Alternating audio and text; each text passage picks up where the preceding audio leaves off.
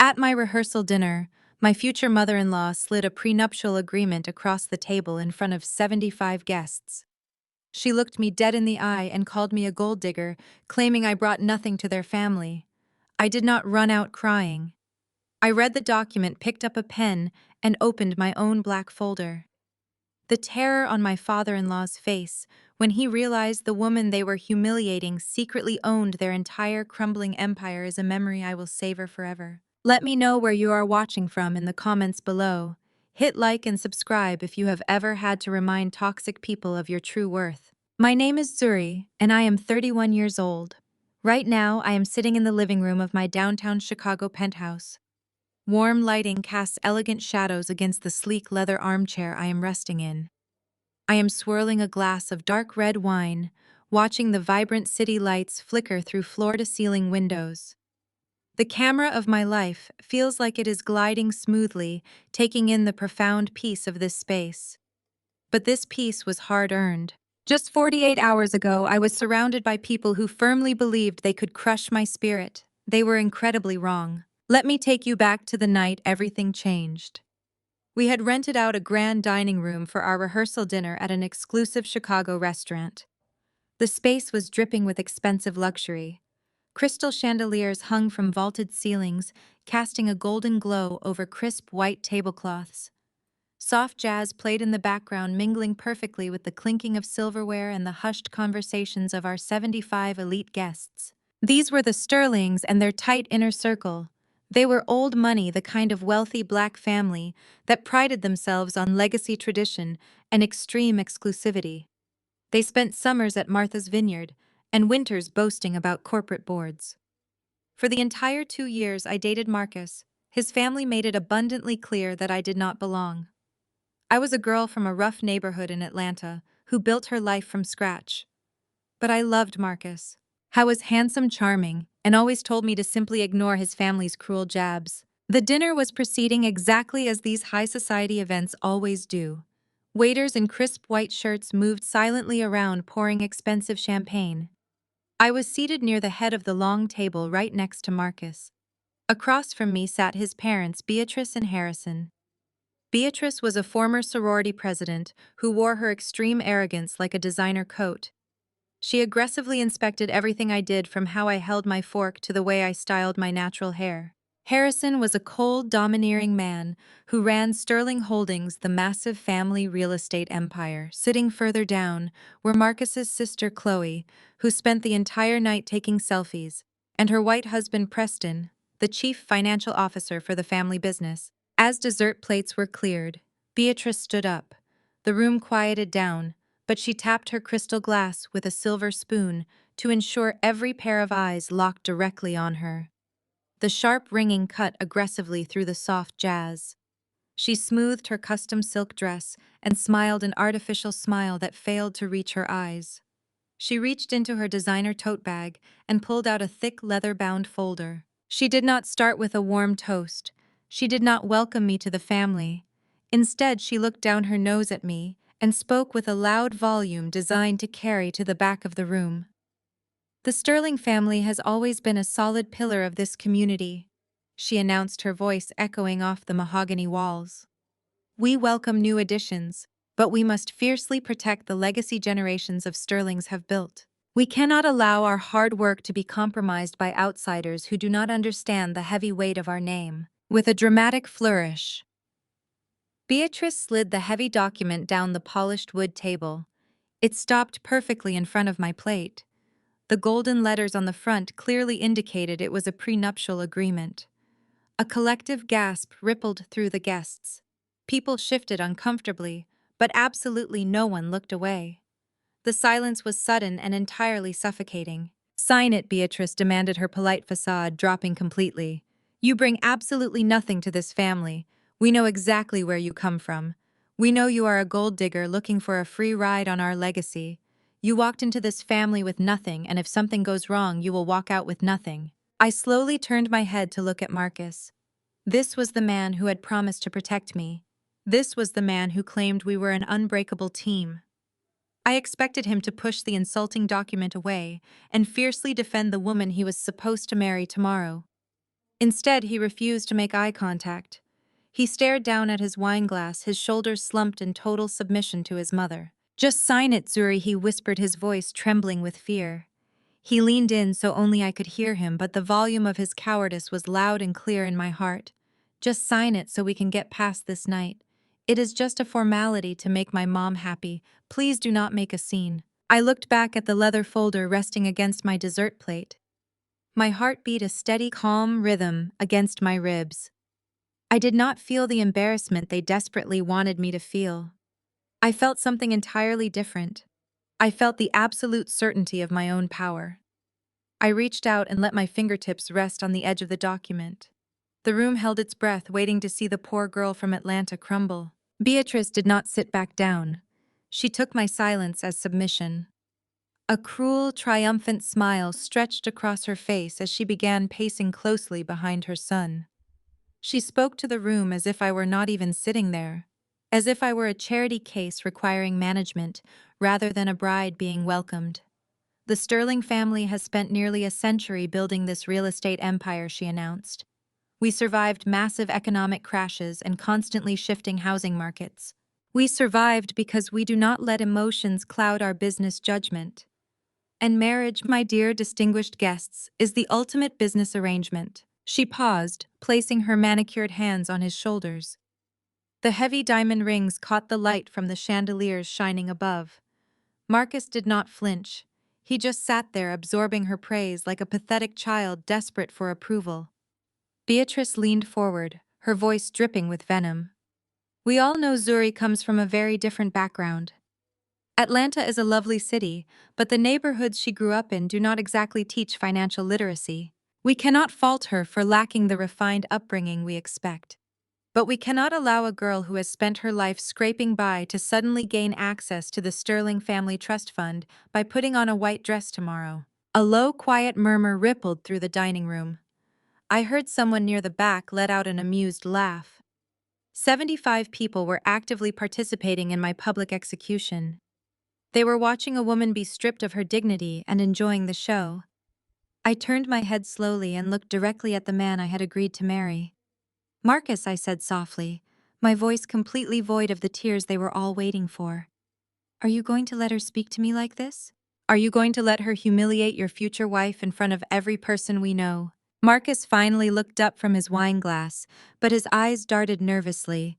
He looked everywhere except directly into my eyes. He leaned toward me, the scent of expensive cologne failing to mask the distinct smell of his fear. "Come on, Zuri," he whispered through gritted teeth. "Just be the bigger person here. You know how she gets when she feels challenged. It is just a piece of paper. It does not change anything between us.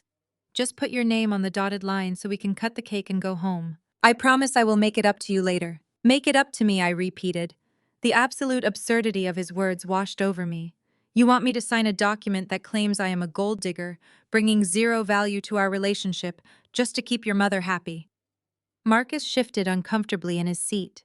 His hands were shaking so badly he had to place them flat on the table to hide the tremors. "You do not understand the pressure I am under," he pleaded, his voice dropping even lower. "My grandfather tied my entire trust fund to her approval. If she cuts me off, I lose my position at the company. I lose my allowance. I lose everything, Zuri. I cannot afford to maintain our lifestyle without my family money. You have to take one for the team right now." Taking one for the team meant allowing myself to be publicly destroyed so he could keep receiving his monthly allowance. The man sitting next to me was completely unrecognizable. I had spent 2 years believing Marcus was a driven, ambitious businessman who respected my independence. Now the grand illusion shattered into a million pieces right in front of me. He was not a partner. He was a coward playing dress-up in a custom-tailored suit funded entirely by his parents. The profound love I had felt for him just an hour ago evaporated instantly. It was replaced by a cold, calculating clarity. Beatrice noticed us whispering. She did not like losing the spotlight even for a second. She stepped away from Marcus and walked right up to the edge of the table directly across from me. "Whatever my son is telling you, it will not save you, little girl," she said, her voice sharp and commanding. "Marcus knows where his loyalties lie. He knows who writes his checks. You have exactly 2 choices tonight. You can pick up that pen, sign your name, and accept your place at the very bottom of the Sterling family hierarchy. Or you can leave this restaurant right now and figure out how to pay for a flight back to whatever Atlanta slum you crawled out of. The sheer audacity of her threat hung heavily in the air. She genuinely believed I was trapped. She thought I was a poor, desperate woman clinging to her wealthy son for survival. My eyes drifted to Chloe, who was sitting 2 seats down.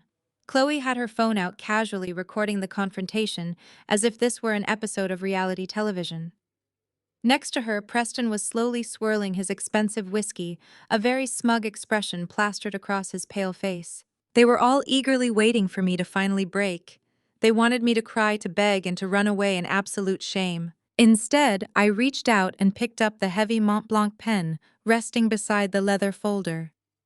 A collective sigh of relief seemed to pass through the Sterling family. Beatrice smiled, her posture relaxing, as she crossed her arms in total victory. Marcus let out a breath he had been holding, closing his eyes in sheer relief. He actually reached out and patted my knee as a reward for my submission. They thought they had won. They thought they had successfully crushed the outsider and protected their precious old money empire. They had absolutely no idea they had just handed me the match to burn their entire kingdom to the ground. I did not uncap the pen. Instead, I used its heavy gold tip to flip open the leather cover of the prenuptial agreement. The thick, expensive paper was filled with dense legal jargon designed to intimidate and confuse an ordinary person. I scanned the first page, noting the ridiculous stipulations Beatrice had clearly drafted herself. There were clauses dictating my behavior, clauses restricting my access to marital assets, and bizarre rules about holiday appearances. I traced the lines of text and felt a genuine smile form on my lips. The smile quickly grew into a low, dark chuckle that bubbled up from the very bottom of my chest. My laughter cut through the dining room, sounding sharp and completely out of place in the tense atmosphere. The collective sigh of relief that had just washed over the Sterling family instantly evaporated. Beatrice dropped her arms, her victory stance crumbling into a posture of deep irritation. "What exactly is so funny?" she demanded, her voice returning to its shrill, commanding tone. "Do you find legal contracts amusing?" I pushed the folder back toward the center of the polished table. "I find your entire reality Beatrice," I replied, keeping my voice steady and loud enough for all 75 guests to hear clearly. "You brought everyone here tonight to watch me cry. You orchestrated this entire spectacle to put me in my place and prove that I am nothing but a desperate charity case clawing at your precious family wealth." I looked down the long table, meeting the eyes of the elite guests, who were now shifting uncomfortably in their seats. "I am not crying. I will not beg for a place at this table. And I am certainly not signing a document that protects wealth you barely even possess." Harrison slammed his hand against the table, causing the silverware to rattle loudly. "Watch your tone, young lady," he barked, his face turning a dangerous shade of crimson. "You are speaking to my wife. You will show her the respect she deserves, or you will be removed by security." I ignored Harrison entirely and turned my full attention back to the man sitting beside me.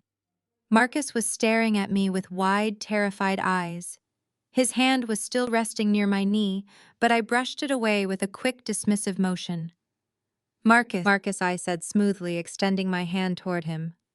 "Why do you not tell your parents about that beautiful watch you are wearing tonight? Tell them how you acquired such a stunning timepiece on your modest salary." Marcus instinctively pulled his left arm back, trying to hide his wrist under the edge of the white tablecloth. He swallowed hard, looking like a cornered animal. "It is just a watch, Zuri," he stammered. "Please stop doing this." I stood up from my chair, making sure my presence commanded the entire room. "Do not be modest, darling," I announced, projecting my voice perfectly. "It is a Patek Philippe Nautilus, a rare boutique exclusive. Beatrice, you have been boasting to your country club friends all month about how your son earned a massive corporate bonus and bought himself that watch to celebrate his upcoming wedding." Beatrice lifted her chin defensively. "Because he did. My son is a highly successful executive." I laughed again, louder this time. "He is a mid-level manager who has not seen a bonus in 2 years. 2 years, I corrected her. He walked into that boutique in downtown Chicago and begged the manager to let him try it on. But his credit application was rejected outright. The room went dead silent. You could hear a pin drop. I walked slowly behind Marcus, resting my hands lightly on the back of his chair. He was sweating profusely now. I am the one who walked into that store, I explained to the captivated audience. I am the one who handed the manager my solid black American Express card.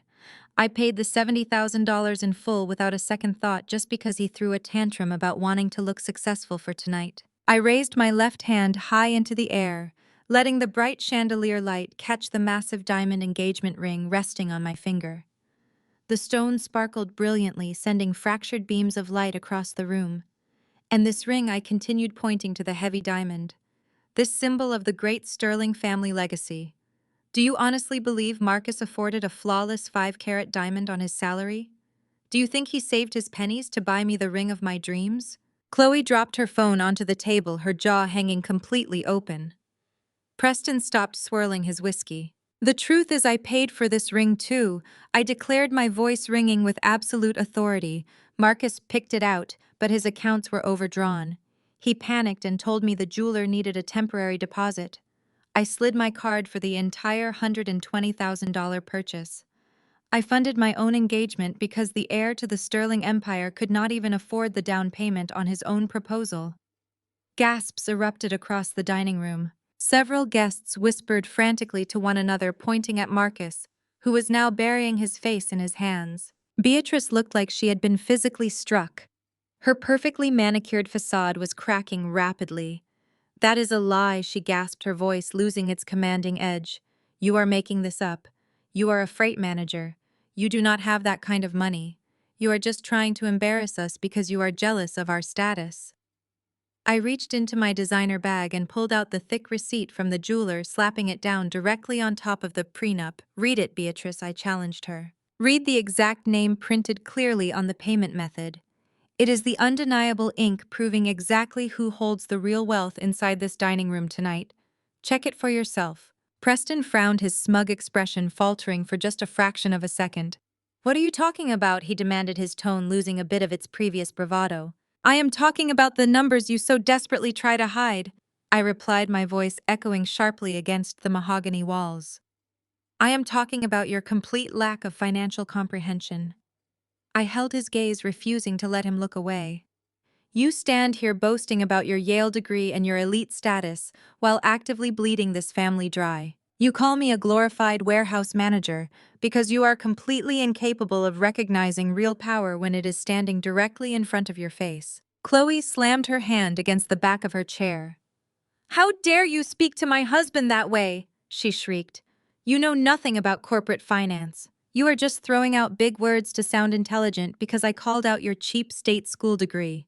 You are an absolute fraud, Zuri. I ignored Chloe completely. My focus remained entirely on Preston. The confident chief financial officer was suddenly gripping his whiskey glass a little too tightly. His knuckles were turning white. He tried to force a dismissive laugh, but it sounded hollow and strained. Let us humor her, Preston announced to the room, though beads of sweat were beginning to form on his forehead. Let us hear what the warehouse worker thinks she knows about running a real estate empire. Please, Zuri, enlighten us with your profound wisdom. Tell us all about the complex financial structures you learned while loading shipping containers in Atlanta. I took a slow, deliberate step toward the center of the table. I made sure every single guest in that room had a clear view of my face. I did not need to shout. The sheer weight of my authority demanded absolute silence from the crowd. You claim Marcus pays my rent. I began, my tone conversational but laced with lethal precision. You claim your family dragged me out of poverty and gave me a taste of the good life. You paint this beautiful picture of the Sterling legacy providing charity to a poor, uneducated girl.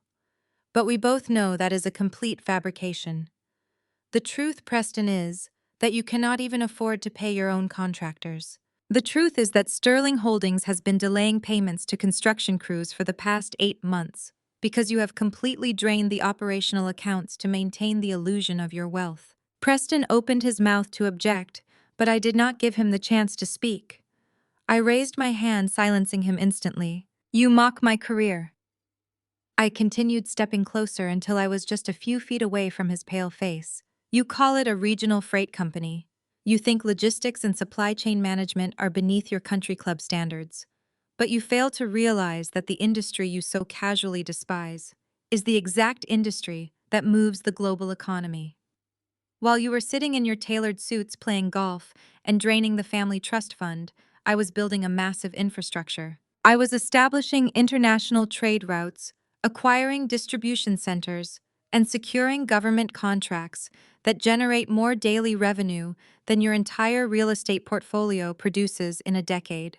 Beatrice stepped forward, her face flushed with fury. "Security!" she yelled, looking toward the restaurant doors. "I want this woman removed immediately. She has lost her mind." No one moved. The restaurant staff stood frozen, captivated by the spectacle. "Let her finish," Harrison suddenly commanded from the other end of the table. His voice was low and gravelly. He had been silent this entire time, watching the exchange with a growing sense of dread. He looked at Preston and then at me. "If she wants to make a fool of herself, let her speak." I turned my attention to the patriarch of the Sterling family. Harrison sat stiffly in his chair, his eyes narrowed in deep suspicion. He was a smart man. He knew something was terribly wrong. He could sense the shift in the power dynamic, but he could not yet pinpoint exactly how I was orchestrating it. "I am not making a fool of myself, Harrison," I said calmly. "I am simply responding to the accusations your son-in-law threw at me. He claims I am surviving on Marcus's charity. He claims I lack the intellectual capacity to understand high finance. So I'm going to ask him a very simple question. A question any competent chief financial officer should be able to answer without hesitation." I turned back to Preston. The arrogant smirk was entirely gone from his face. He looked like a deer caught in the headlights of an oncoming truck. "Preston," I asked, my voice ringing with crystal-clear articulation, "since you are the brilliant Yale-educated financial mind, protecting the grand Sterling legacy, tell me this. What is the exact debt-to-equity ratio of Sterling Holdings as of the close of business yesterday?" The dining room fell into an incredibly suffocating silence. Chloe looked at her husband, expecting him to easily rattle off a number and put me back in my place. Beatrice stood with her arms crossed, waiting for Preston to deliver the final blow. But Preston said nothing. His mouth opened and closed, but no sound came out. The color rapidly drained from his face, leaving him looking sickly and pale. "Well, Preston," I prompted, raising an eyebrow. "It is a very basic metric, a simple calculation measuring your total liabilities against your shareholder equity. Surely the man who mocks my education knows the financial health of his own company." He swallowed hard, looking desperately toward Harrison. "It is highly inappropriate to discuss internal corporate metrics at a family dinner," he finally stammered, his voice shaking. "I will not engage in this ridiculous interrogation." "He cannot answer you, Harrison," I declared, projecting my voice so every elite guest could hear the devastating truth. "He cannot answer you, because if he speaks the actual number out loud, every investor sitting at this table will immediately pull their funding. He cannot answer you because he knows that I already know the truth." Preston remained frozen. His silence was a damning confession to every elite guest sitting in that opulent dining room. The air grew thick with a sudden uncomfortable tension as the wealthy investors around the table began exchanging panicked glances. Before Preston could formulate an excuse, Chloe lunged forward. She shoved her chair back with a loud screeching sound. She positioned herself directly in front of her husband, stepping between me and the man I had just verbally paralyzed. Her face was contorted into a mask of pure, unadulterated outrage. "You are a psychotic liar!" Chloe shrieked, pointing a manicured finger directly at my face. "You think you can walk into a private family dinner and play corporate spy. We know exactly who you are, Zuri. We did a full background check on you the moment Marcus brought you to our country club. We know every dirty little secret about your own pathetic upbringing." I did not flinch. I stood my ground, allowing her to unravel in front of her own distinguished guests. "Tell them, Chloe," I challenged, keeping my voice remarkably calm. "Tell them all about my past. I have absolutely nothing to hide." Chloe turned to the audience, her eyes wild with a desperate need to reclaim her superiority. "She comes from absolute nothing," she announced to the silent crowd. "She wants to stand here and judge our corporate finances. But she grew up in a cramped, roach-infested apartment in West End, Atlanta. Her mother worked double shifts at a greasy diner just to keep the lights on while she stayed home raising her little brothers. She took the public bus at dawn because her family could not afford a used car. She is trash trying to disguise herself in a designer dress she probably rented. We are the Sterling family, she continued, her voice rising in pitch. We represent Black excellence.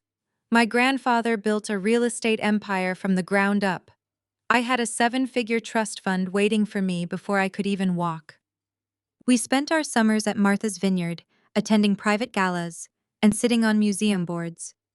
We were presented at cotillions and joined legacy sororities. You do not even know which fork to use for your salad, Zuri. You are a street rat who manipulated my brother into giving you a taste of actual class. You should be thanking us for allowing you to breathe the same air as our guest tonight.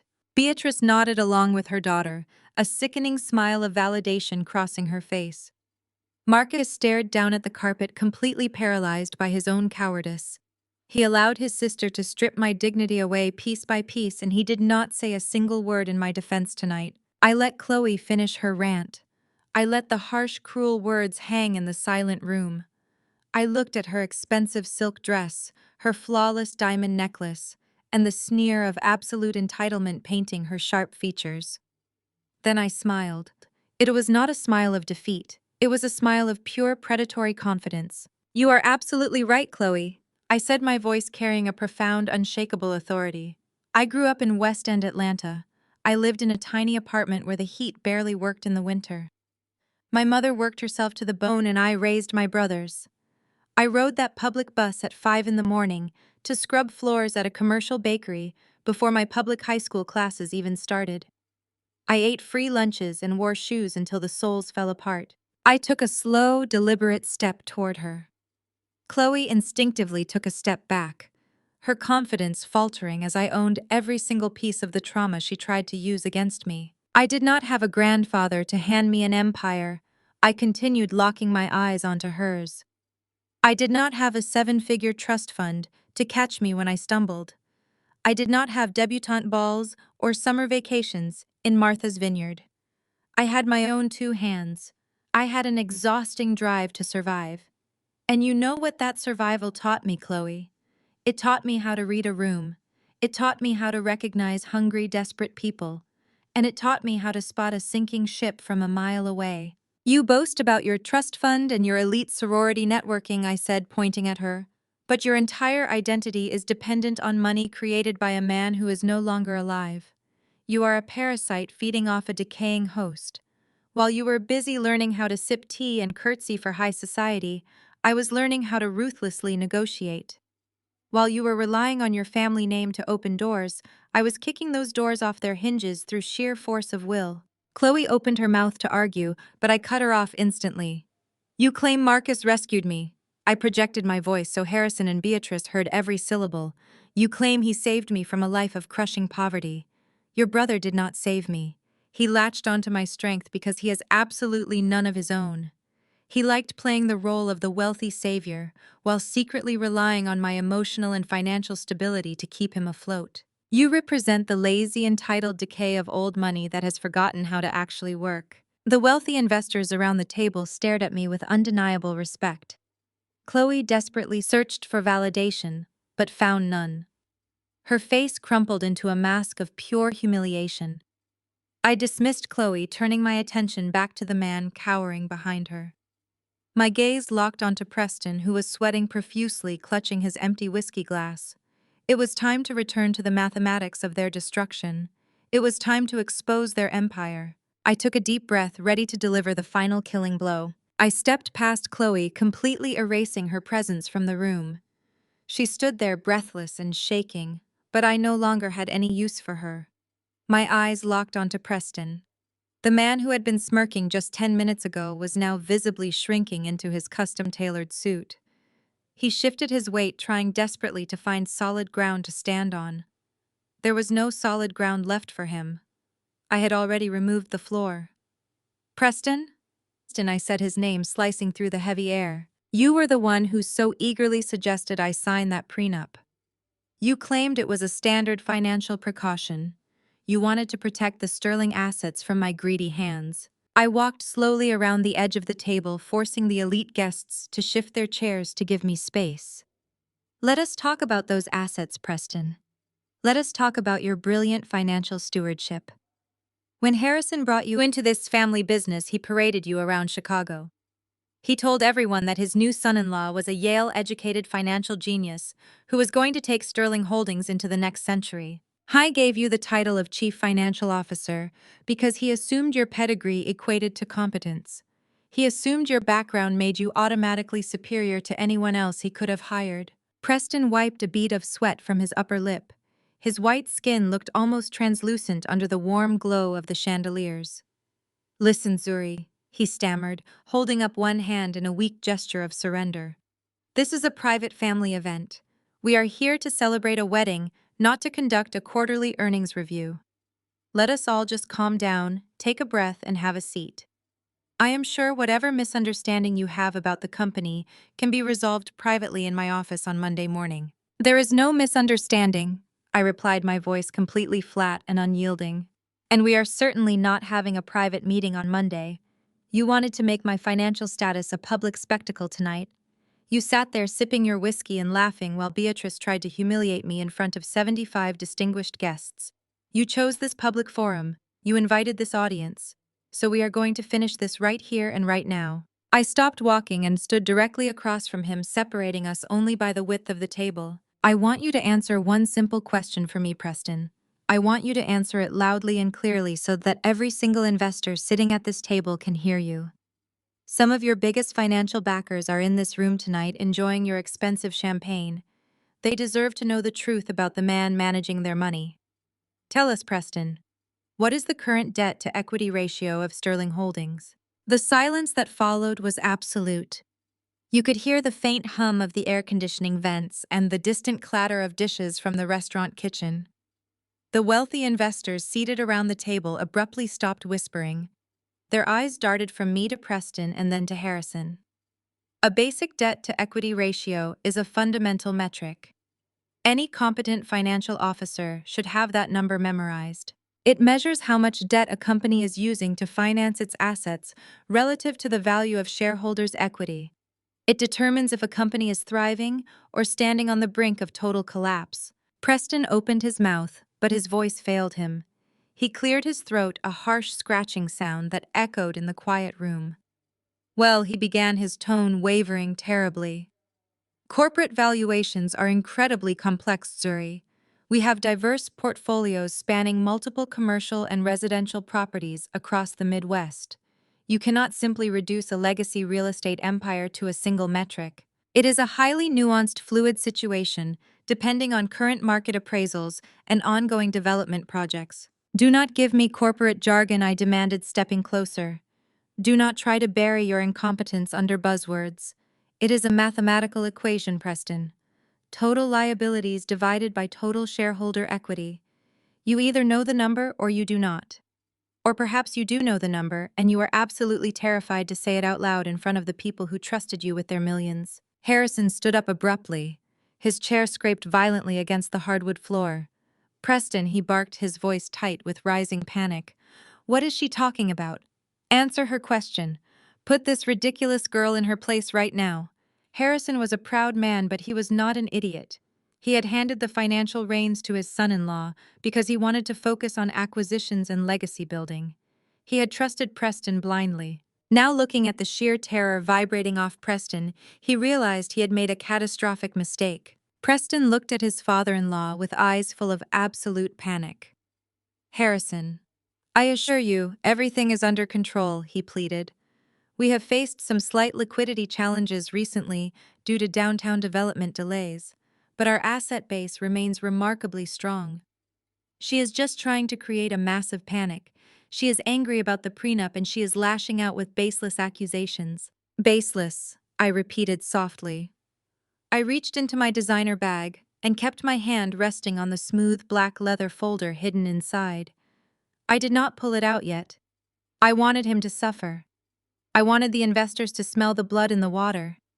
I wanted Marcus to watch the empire he worshipped crumble into dust. "You are a terrible liar, Preston. You are even worse at lying than you are at accounting. You stand here and dare to tell these people your asset base is strong. You smile in your expensive suit while hiding the fact that you have driven this family business straight into a concrete wall. The exact number is 4.5. I delivered the digits with the cold precision of a surgeon holding a scalpel. I did not yell. I did not raise my voice. I simply let the devastating mathematics hang in the pristine air of the dining room. 4.5 Preston. For every single dollar of equity, this family actually holds you, owe $4.50 to your creditors. You are drowning in an ocean of toxic debt, and you have been actively lying to every shareholder sitting at this table. A collective gasp ripped through the room. The wealthy investors who had been sipping champagne just moments ago suddenly sat up straight. Wine glasses were lowered. Napkins were dropped.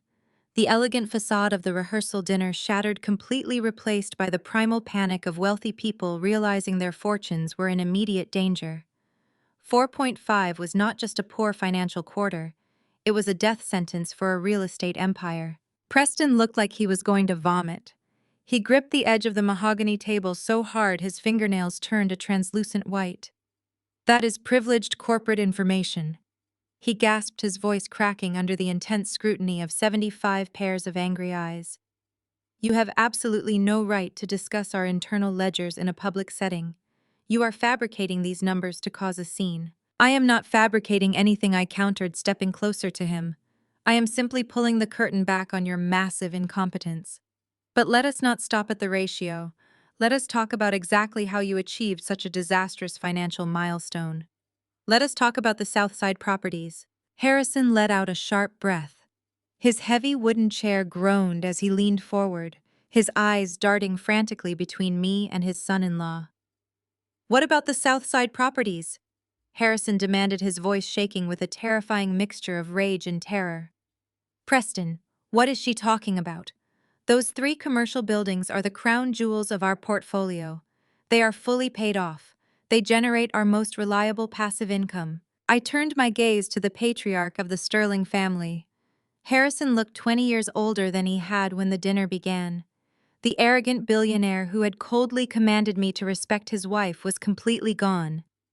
In his place sat a terrified old man watching his life's work vanish before his very eyes. "They were fully paid off, Harrison," I corrected him, maintaining my steady, authoritative tone. "They were your most reliable assets until your brilliant chief financial officer got his hands on them." Preston realized the operational accounts were bleeding dry 8 months ago.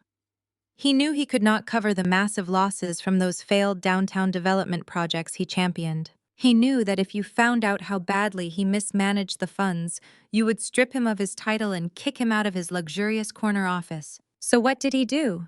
I swept my gaze across the table, ensuring the investors were hanging on my every word.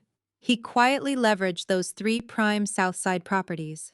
He took out massive secret mortgages against them to generate enough quick cash to cover the operational bleeding and keep the lights on at Sterling Holdings. He effectively stole the equity right out from under you. "That is impossible," Harrison roared, slamming his fist down onto the table. The crystal glasses shook violently. "The board would have to approve a decision of that magnitude. I would have to sign off on leveraging the Southside assets. We have strict protocols for borrowing against our core portfolio." "You do have strict protocols," I agreed, nodding slowly. "But Preston is the one who drafts the quarterly reports. Preston controls the flow of information to the board." And Preston was desperate. Traditional banks would never approve those loans without a thorough audit of your failing operational accounts. A standard audit would have immediately exposed his catastrophic mismanagement. So he did not go to a traditional bank. He bypassed the board entirely and went straight into the shadows. I looked back at Preston, who was now visibly trembling. The arrogant, smug man who had mocked my background and my career was completely gone. He was a terrified shell of a human being, realizing the absolute magnitude of his exposure. "I went to private lenders," Preston, I announced, the truth ringing out like a death knell in the silent room. "You took those prime commercial assets, and you leveraged them through unregulated private equity firms, operating effectively as high society loan sharks. You secured those loans at astronomical double-digit interest rates. You signed away the future of the Sterling family legacy just to buy yourself a few more months of pretending you were a financial genius. You traded a temporary illusion of success for a permanent financial execution." The uproar that followed was immediate and deafening. Several investors pushed their chairs back from the table, shouting questions at Harrison and demanding immediate answers from Preston.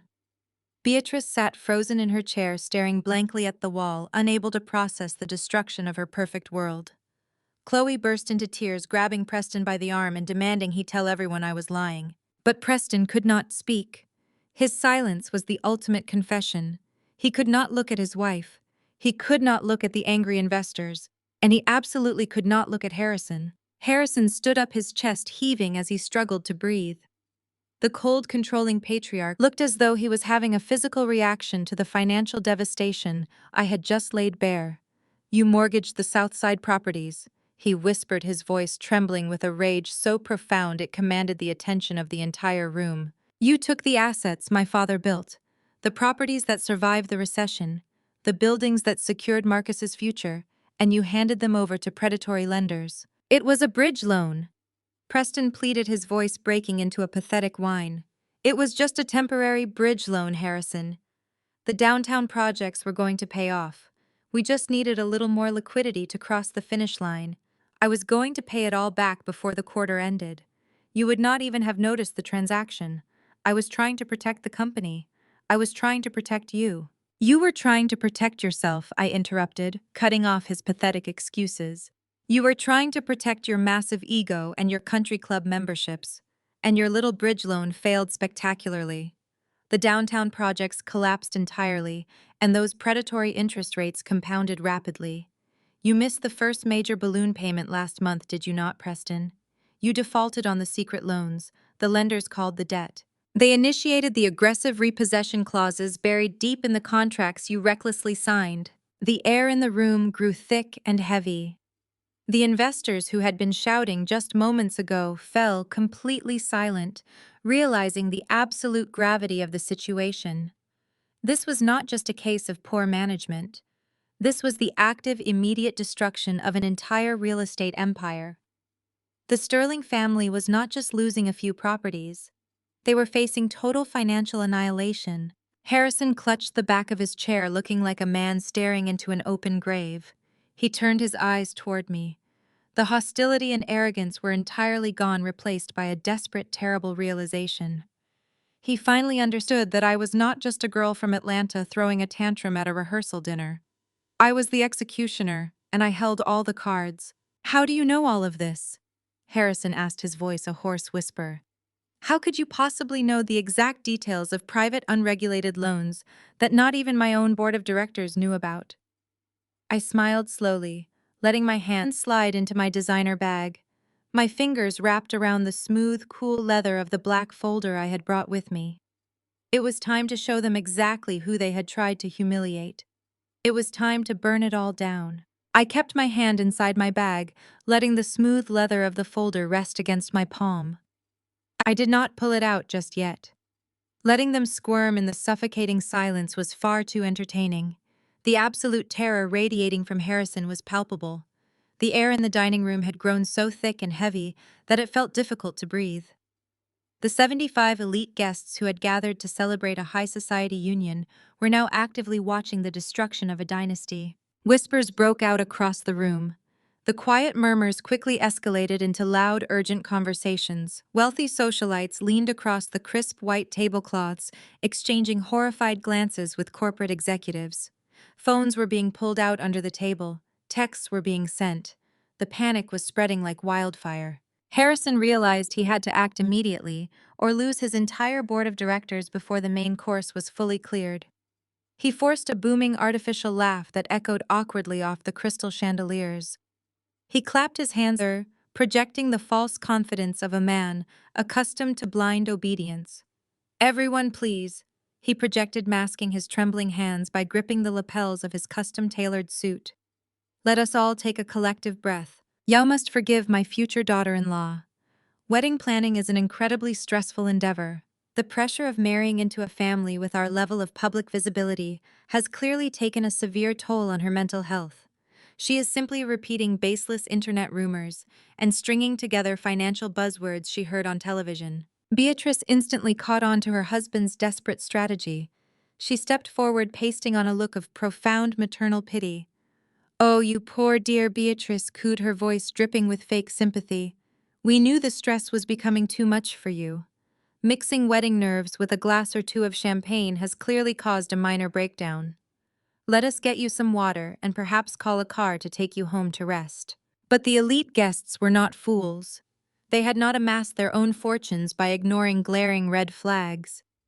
A tall, imposing man near the center of the table stood up. His name was Desmond Pierce, and he represented one of the largest institutional investors backing Sterling Holdings. Desmond did not look amused. He looked completely ruthless. Harrison Desmond said, his deep voice cutting through Beatrice's pathetic performance. "I do not care about wedding nerves. I care about my $20 million investment in your downtown commercial projects. If your chief financial officer leveraged the Southside properties without board approval, that is not a rumor. That is catastrophic corporate fraud.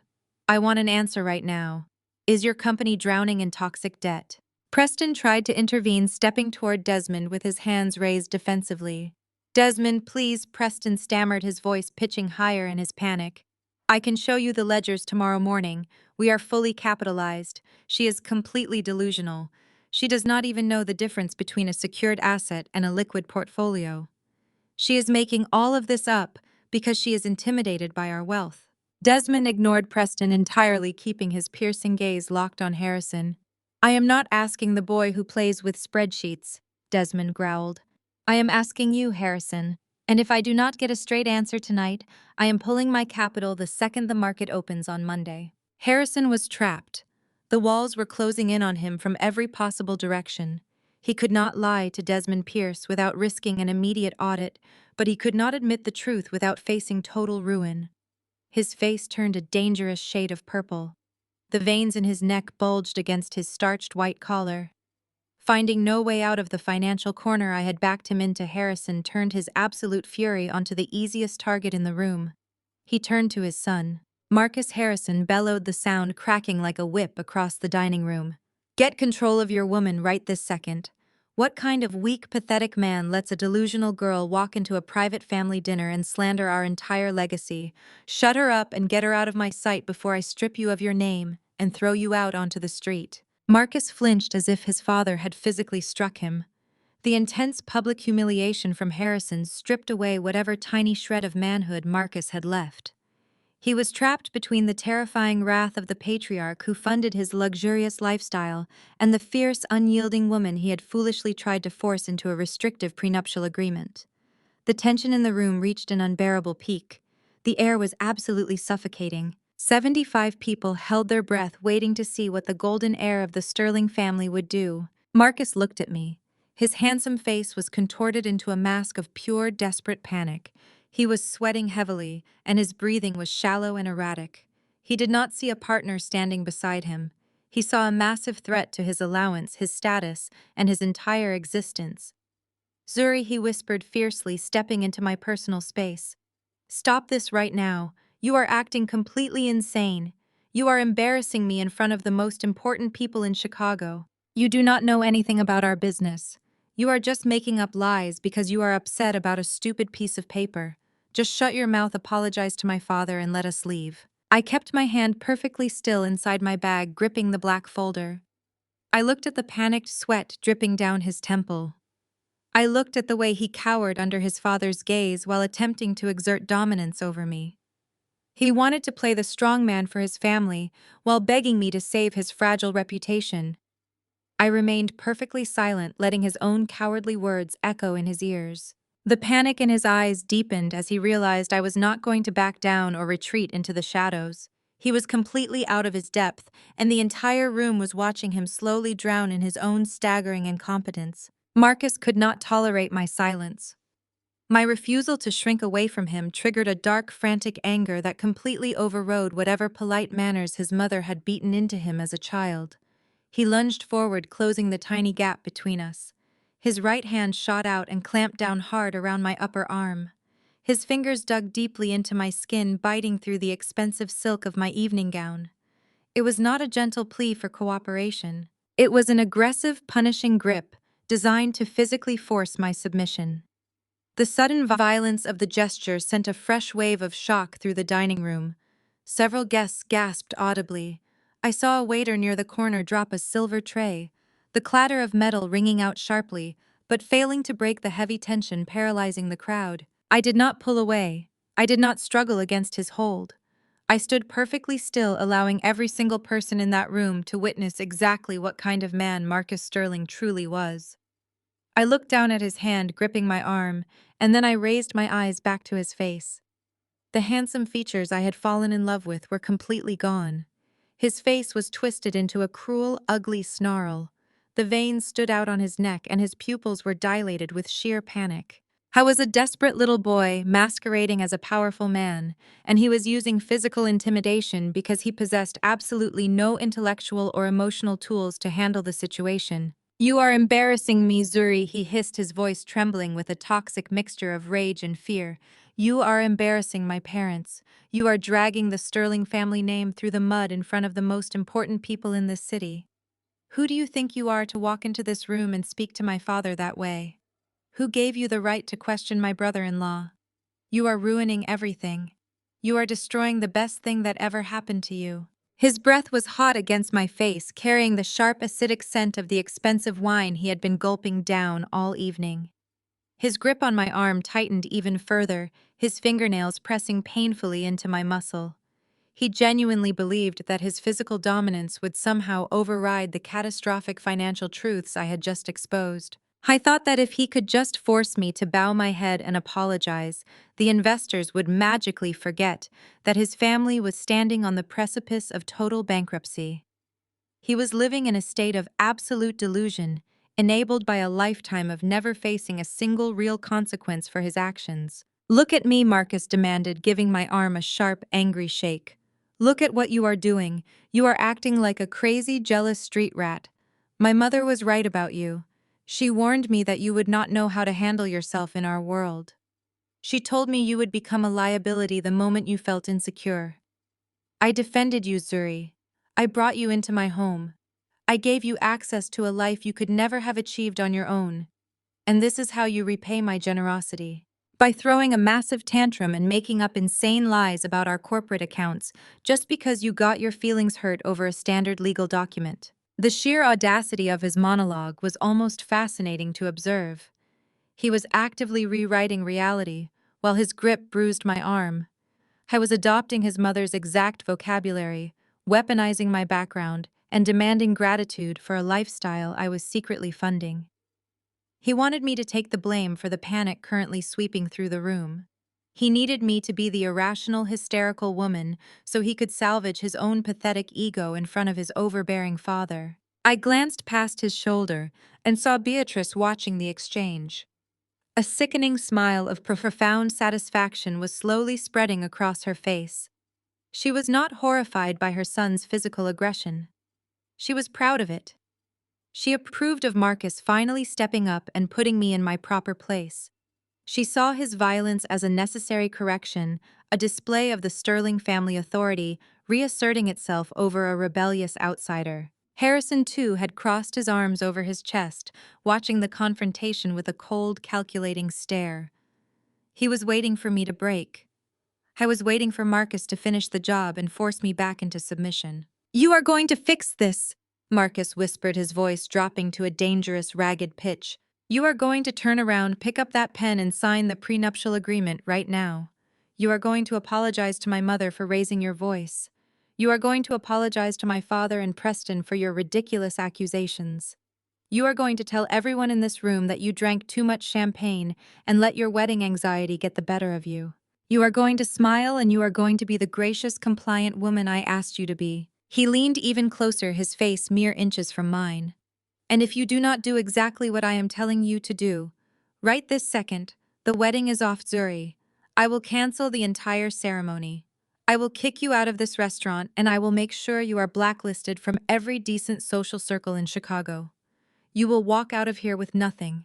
You will go back to being a nobody from Atlanta, and you will never see me or my family's money ever again. This is your last chance. Sign the paper or we are completely done." The ultimatum hung in the air, heavy and absolute. Marcus had finally played his final card. He had laid bare the entire foundation of our relationship, revealing that his love was entirely conditional on my absolute obedience. I truly believed that the threat of losing him and the threat of losing access to the Sterling family name would be enough to break my spirit. He thought his absence would be a punishment. He thought a cancelled wedding would be my ultimate tragedy. I felt a profound, liberating sense of clarity wash over me. Any lingering hesitation, any tiny shred of affection I still harbored for the man standing in front of me, evaporated entirely.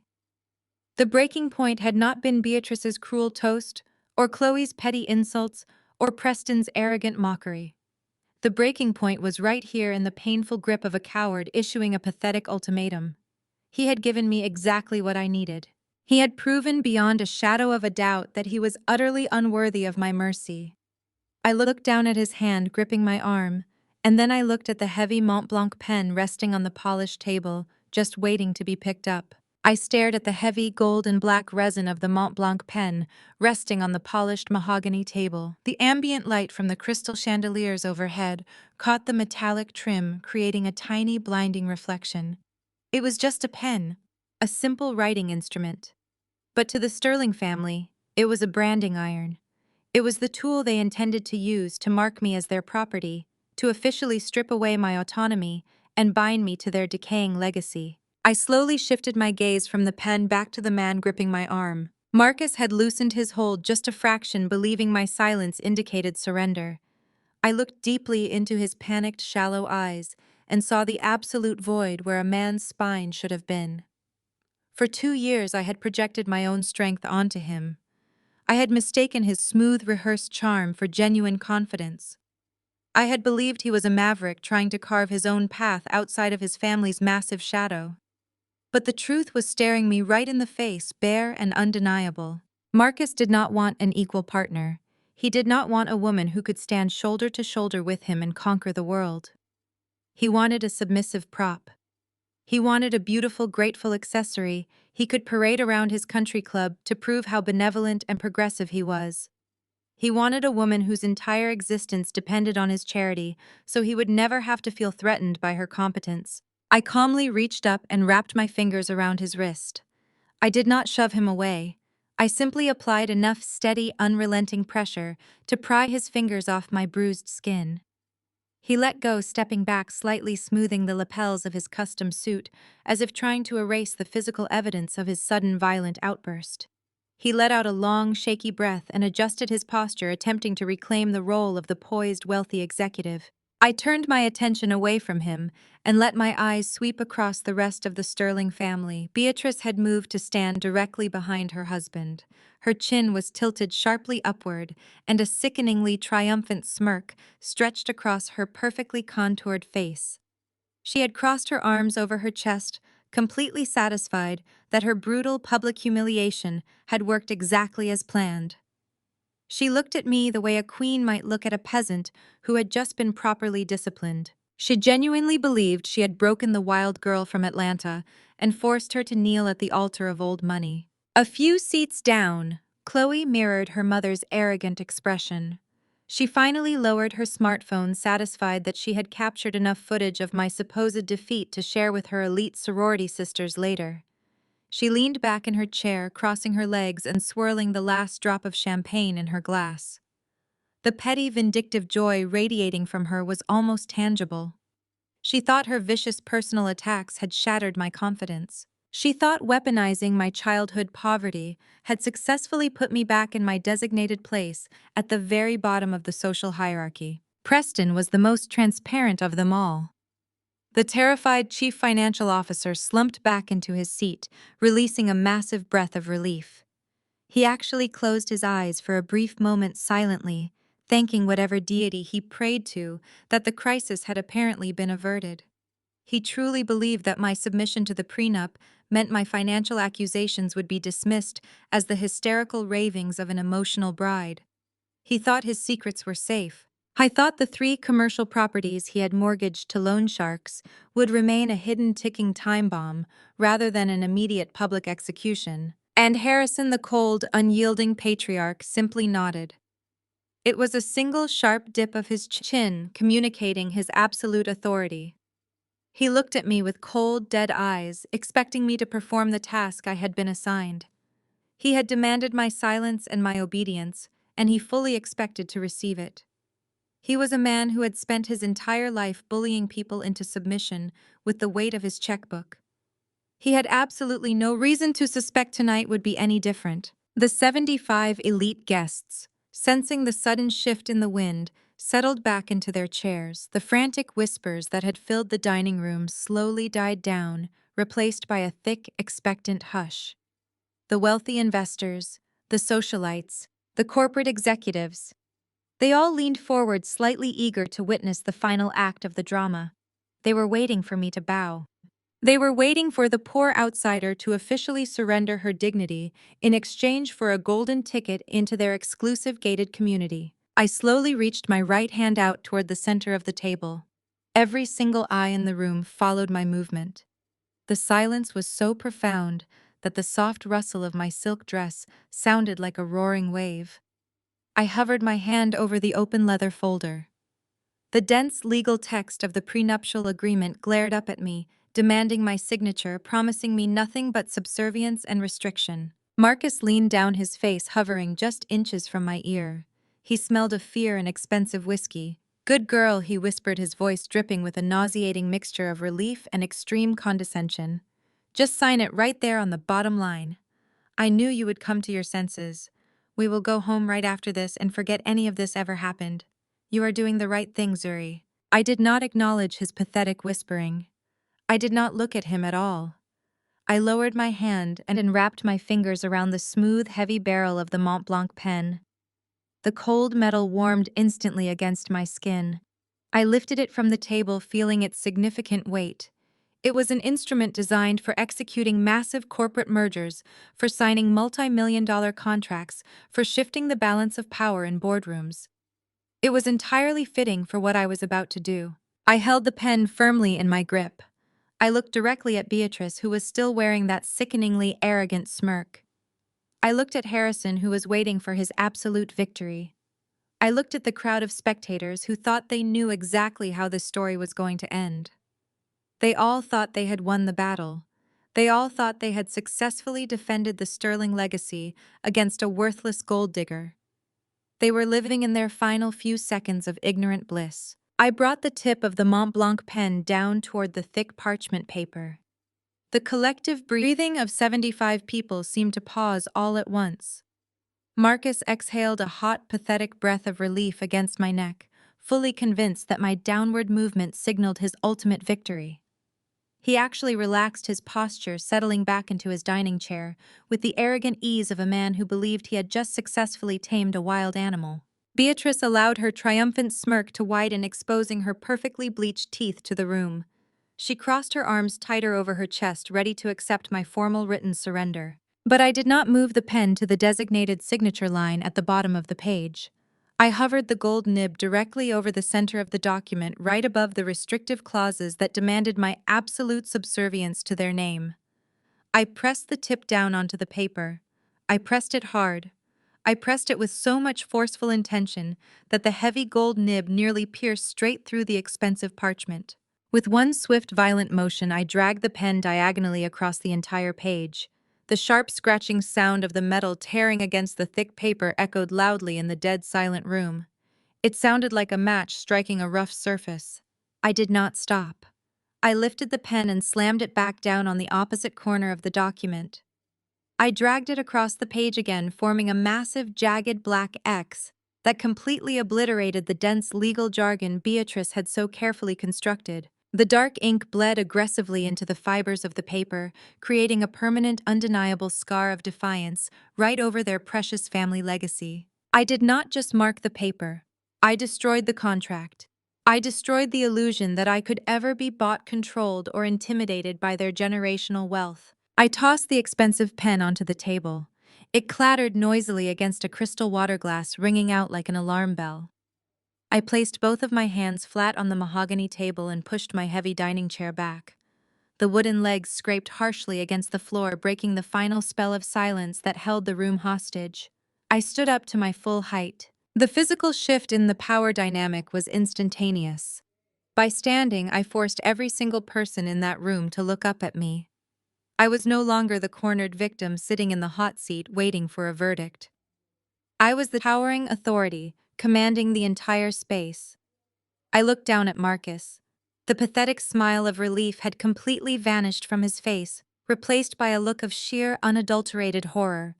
He stared at the massive black X defacing his mother's prenuptial agreement. His jaw hung slack and his eyes widened to the point that the whites showed all the way around his irises. He looked exactly like a man who had just watched a bomb detonate right in his lap. Zuri had choked out his voice, nothing more than a pathetic squeak. "What are you doing?"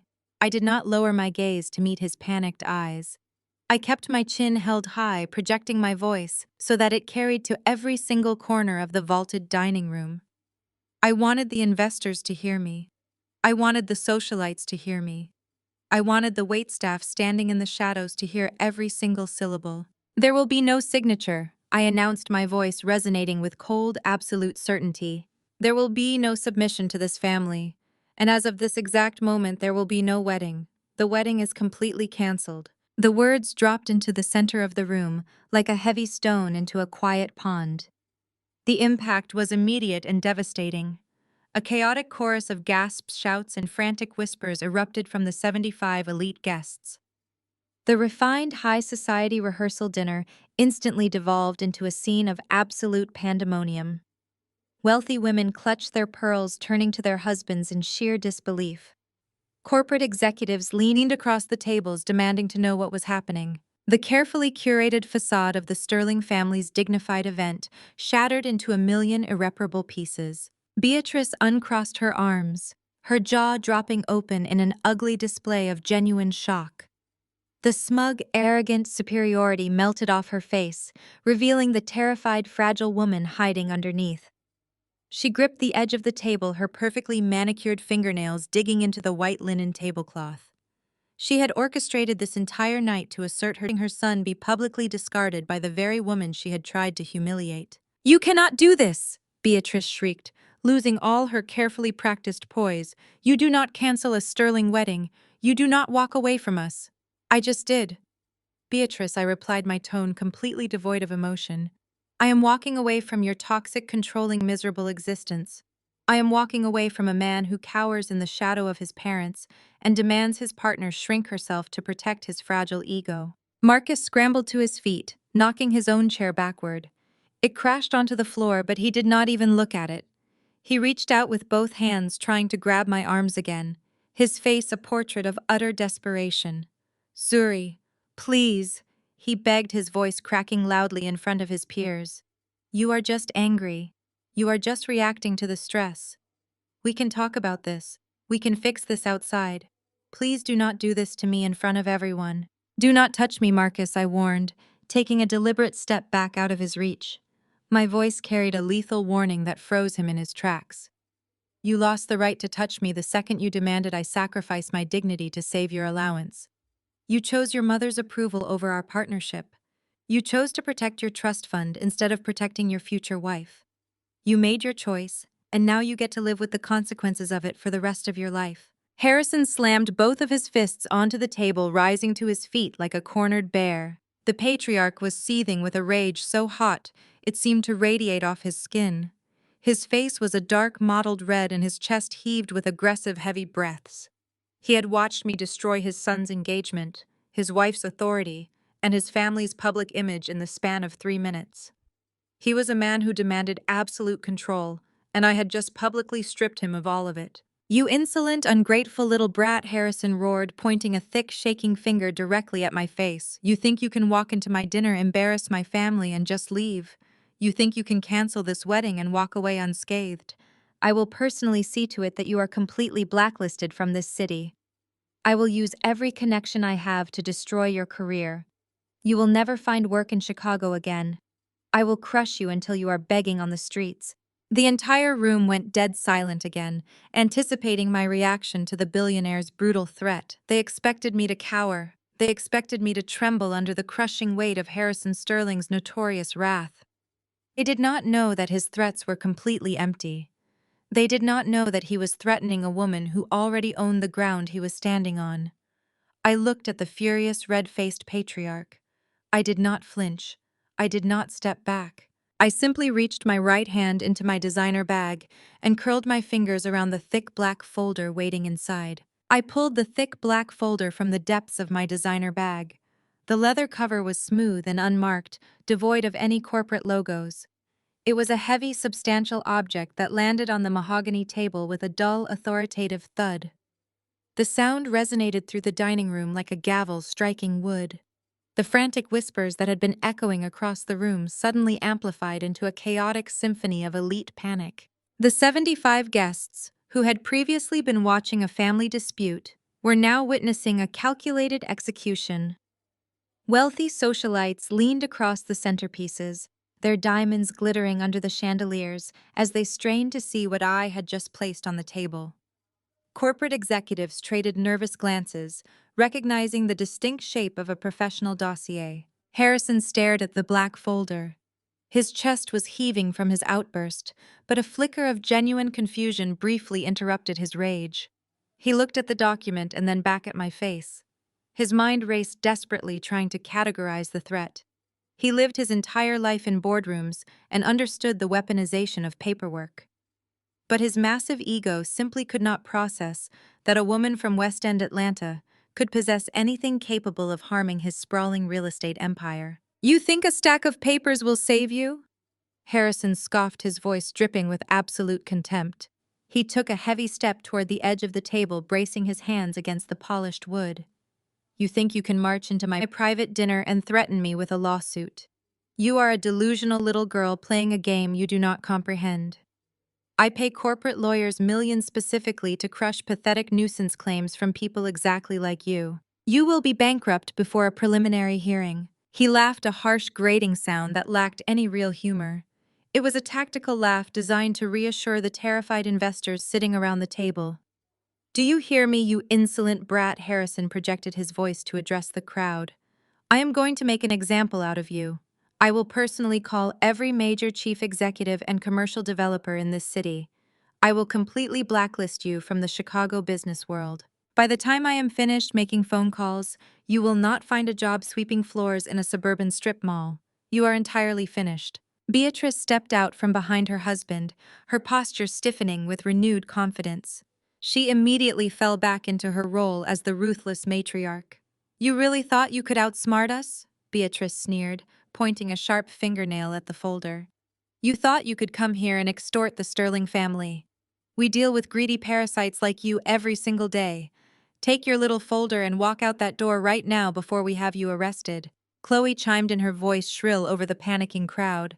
"She is bluffing, Dad. She printed fake emails to scare us. She is a freight manager. What will she do? Delay our packages. Look at her pretending to have actual power. It is completely pathetic." Marcus was standing near his overturned chair, his face a mask of misery.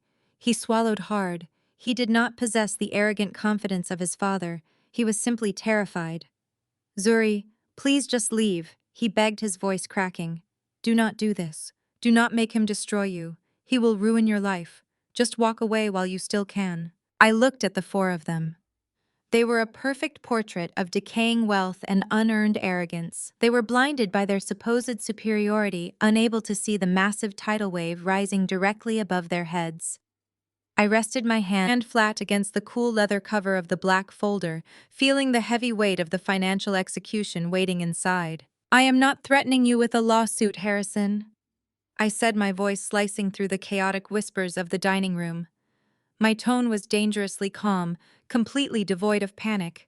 "I am not trying to extort you, Beatrice, and I am certainly not bluffing, Chloe." I picked up the folder, holding it firmly in both hands. I looked directly into Harrison's furious red face. "You threatened to blacklist me from the Chicago business world." I continued, projecting my voice with clear articulation. "You threatened to call your network of board members to ensure I never work in this city again. You think your country club handshakes give you authority to dictate my future." I took a slow, deliberate step forward, bringing the folder closer to my chest. "But you are operating under a catastrophic misunderstanding of how the modern financial world actually works, Harrison. You think power is inherited. You think power is a recognized last name or a prominent seat at a charity gala. I stopped at the edge of the table, locking my eyes onto his. But that is not real power, Harrison. That is just the loud, desperate illusion of control. Real power does not need to shout. Real power does not need to threaten people with blacklists. Real power is silent. Real power is liquid. Real power is owning the debt of the men who think they own the city. The dining room fell into a suffocating silence. The investors realized the profound implications of my words. Desmond Pierce sat perfectly still, his eyes darting to Harrison's sweating face. Preston had gone completely white, his breath hitching audibly. He knew exactly what was in that folder. Execution had arrived. I lowered the black folder onto the polished mahogany surface. I positioned it squarely in the center of the table. I did not break eye contact with the patriarch. His chest was rising and falling rapidly, his arrogant facade finally fracturing under the crushing weight of my absolute certainty. I rested my fingertips against the bottom edge of the leather cover, preparing to deliver the financial strike that would permanently end his dynasty. With a swift, forceful push, I sent the heavy black folder sliding down the center of the long mahogany dining table. The thick leather cover glided smoothly over the polished wood, catching the golden light from the chandeliers above. It moved like a torpedo aimed directly at the patriarch of the Sterling family. The 75 elite guests tracked its movement in absolute synchronization. No one dared to breathe. The folder coasted to a perfect halt exactly 1 inch from Harrison Sterling's silver dinner plate. Harrison stared down at the unmarked black leather. He did not reach out to touch it. His hands remained planted firmly on the edge of the table, his knuckles white with tension. He looked at the document as if it contained a venomous snake ready to strike. He was a man accustomed to reviewing contracts in spacious corporate boardrooms, surrounded by highly paid legal advisors. Having a dossier presented to him at a rehearsal dinner by a woman he considered entirely beneath him completely short-circuited his arrogant brain. "Open it, Harrison," I commanded, my voice echoing with pure, unadulterated authority. "Open the folder and look at the actual foundation of your precious family legacy. Because the story you have been selling to your distinguished guest tonight is a complete and utter fairy tale." Beatrice stepped forward, her face contorted in a mix of rage and absolute panic. "Do not touch that garbage, Harrison," she shrieked, pointing a shaking finger at the table. "She is just trying to create a spectacle. We are not entertaining the psychotic delusions of a bitter ex-girlfriend. Security needs to escort her out of this restaurant right now." I ignored Beatrice, completely locking my gaze onto the terrified patriarch. 6 months ago, I announced, projecting my voice so clearly that it reached the waitstaff standing by the kitchen doors. 6 months ago, Sterling Holdings officially defaulted on their primary construction loans. The downtown commercial development projects you boasted about at your country club galas came to a complete and devastating halt. You ran out of capital. You burned through your operational reserves, and you missed your first massive balloon payment. A collective gasp swept through the dining room. Desmond Pierce, the imposing institutional investor, leaned so far forward, his chest nearly touched his empty dessert plate. He glared at Preston, who was now visibly hyperventilating near his overturned chair. "You tried to hide it." I continued, pacing slowly along the edge of the table, commanding the entire space. Your brilliant chief financial officer, Preston, panicked. He knew the traditional banks were preparing to freeze your accounts and initiate foreclosure proceedings. He knew the moment the public found out about the default, your stock valuation would plummet into the absolute dirt. So he scrambled in the dark. He leveraged your prime Southside properties to predatory lenders, hoping a quick cash injection would cover up the massive bleeding. Preston buried his face in his hands, letting out a pathetic whimpering sound that confirmed every single word I was saying. Chloe stared at her husband in sheer horror, finally realizing the lavish lifestyle she constantly bragged about was entirely funded by toxic, unmanageable debt. "But the predatory loans were not enough," I declared, raising my voice to cut through the mounting chaos in the room. "The interest rates compounded faster than your decaying business could generate revenue. The shadow lenders came knocking, Harrison. They threatened to seize your buildings and expose your fraud. You were staring down the barrel of Chapter 11 bankruptcy. The great Sterling legacy was approximately 48 hours away from being dismantled and sold off for scrap parts to the highest bidder." Harrison's chest heaved rapidly. Sweat poured down his face, ruining his pristine appearance. He finally broke eye contact with me and looked down at the black folder resting in front of his plate. His trembling right hand hovered over the leather cover, reluctant to lift the flap and face his own execution. "So you did the only thing desperate sinking men can do," I said, delivering the next blow with surgical precision. "You begged. You put aside your overwhelming arrogance and your ridiculous pride, and you went crawling to the private equity sector. You needed a massive corporate bailout to survive the week.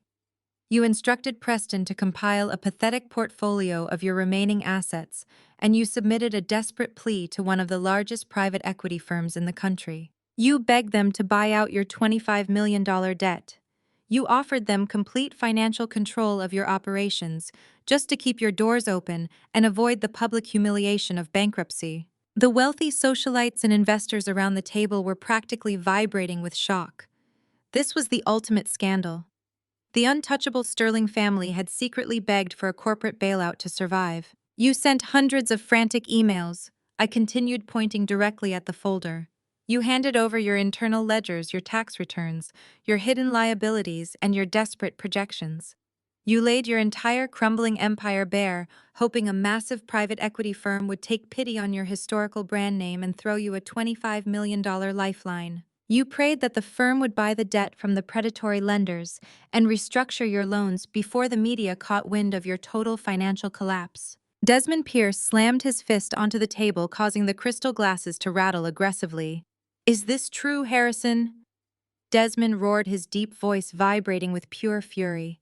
"Did you default on the primary loans? Did you secretly beg private equity for a bailout while taking my investment capital for those downtown developments? Answer me right now." Harrison did not answer Desmond. He could not speak.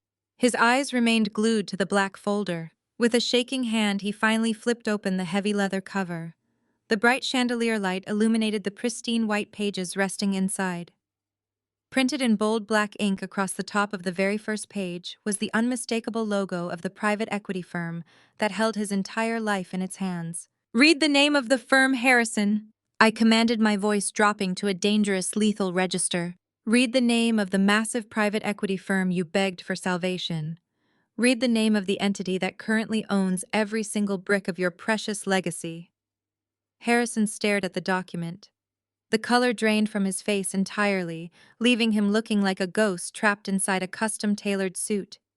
He swallowed hard, his Adam's apple bobbing sharply against his tight collar. "Apex Equity," Harrison whispered, his voice so weak and hollow it barely carried past his own plate.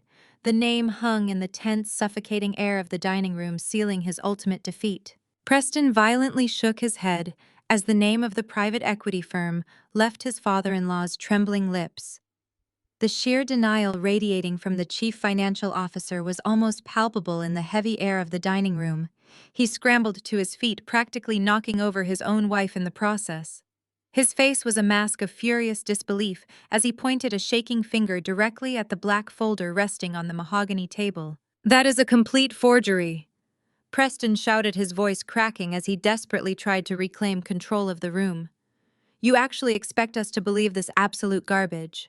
You expect these distinguished guests to believe that a low-level freight manager from Atlanta somehow gained access to highly classified internal communications from one of the most powerful private equity firms in the entire country?" He turned to face the wealthy investors, forcing a loud, patronizing laugh. It was a pathetic sound, completely devoid of any real confidence. "Do not listen to a single word this woman says," Preston pleaded, his eyes darting frantically between Desmond Pierce and the other board members. "She is a fraud.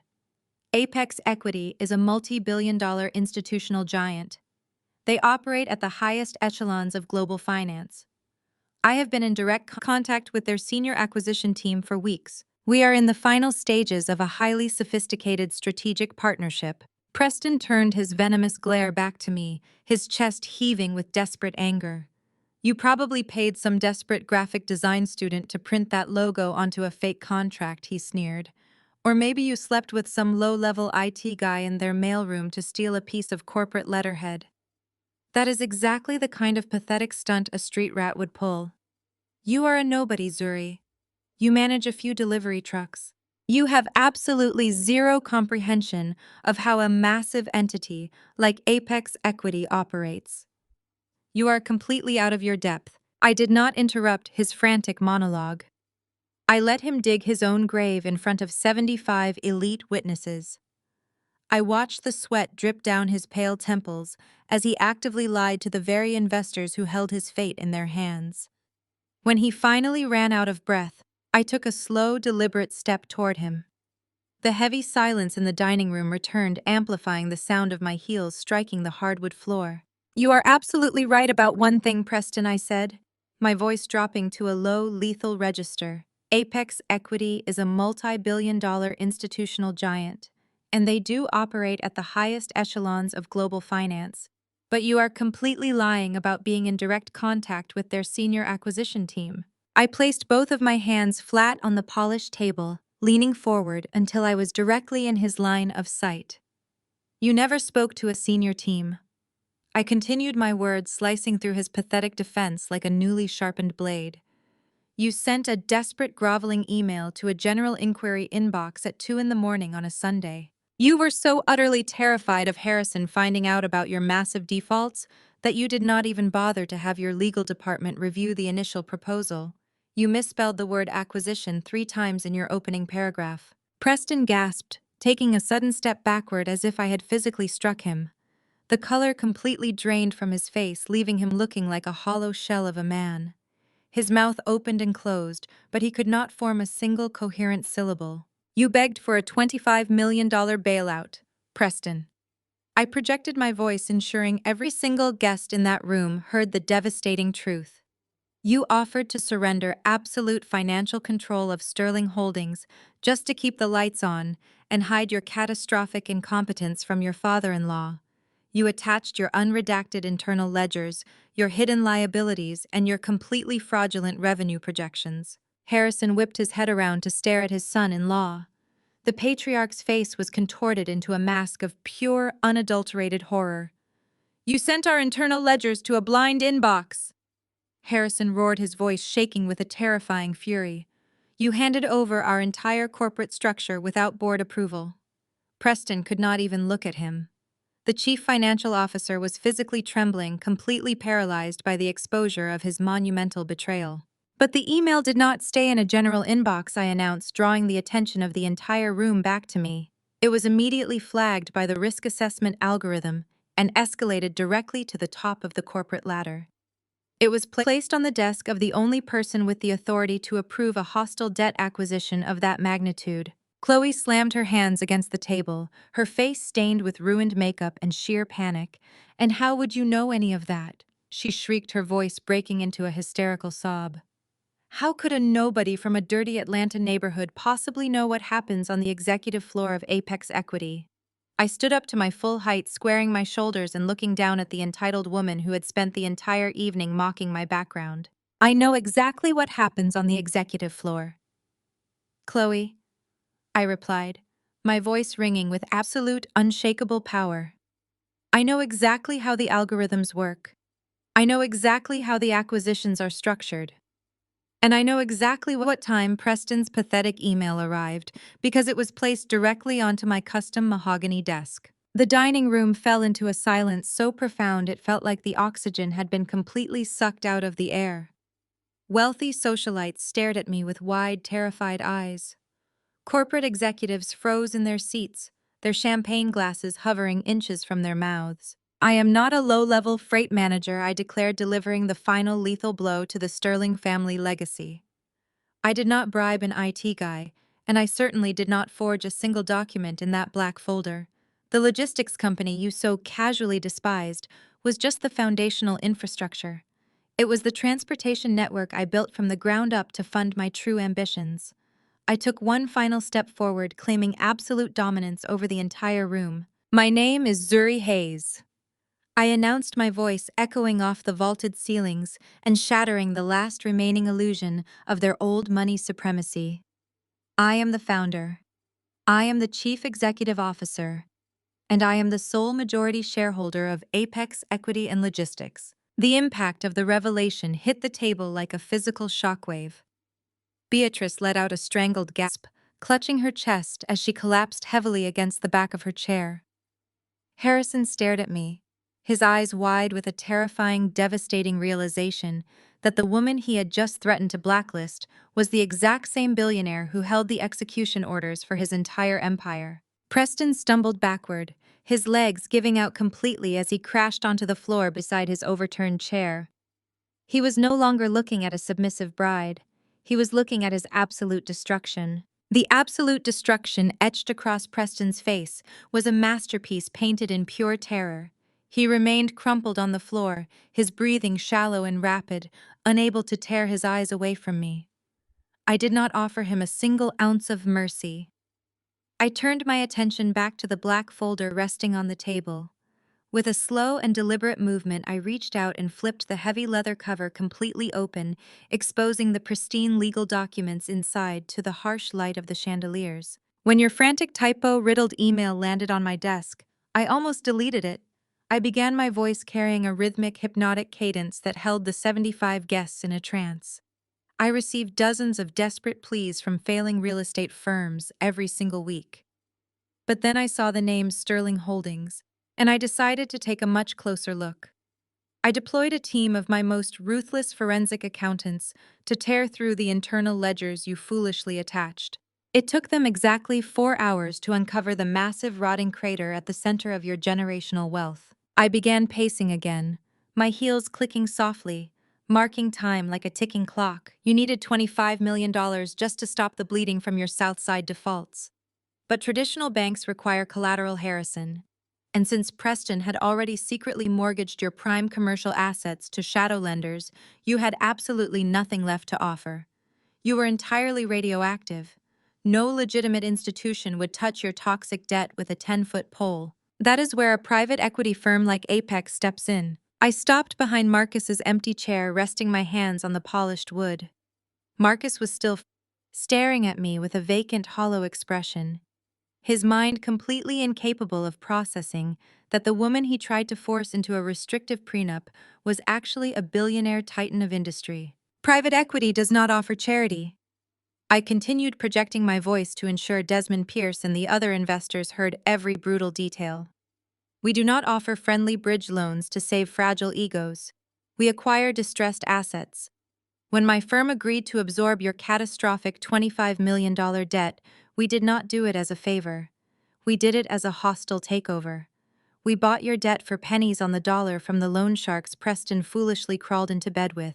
We assumed the role of your primary creditor, which means we now hold the exclusive rights to every single piece of collateral you blindly signed away to secure that initial cash injection. Harrison's hands began to shake violently.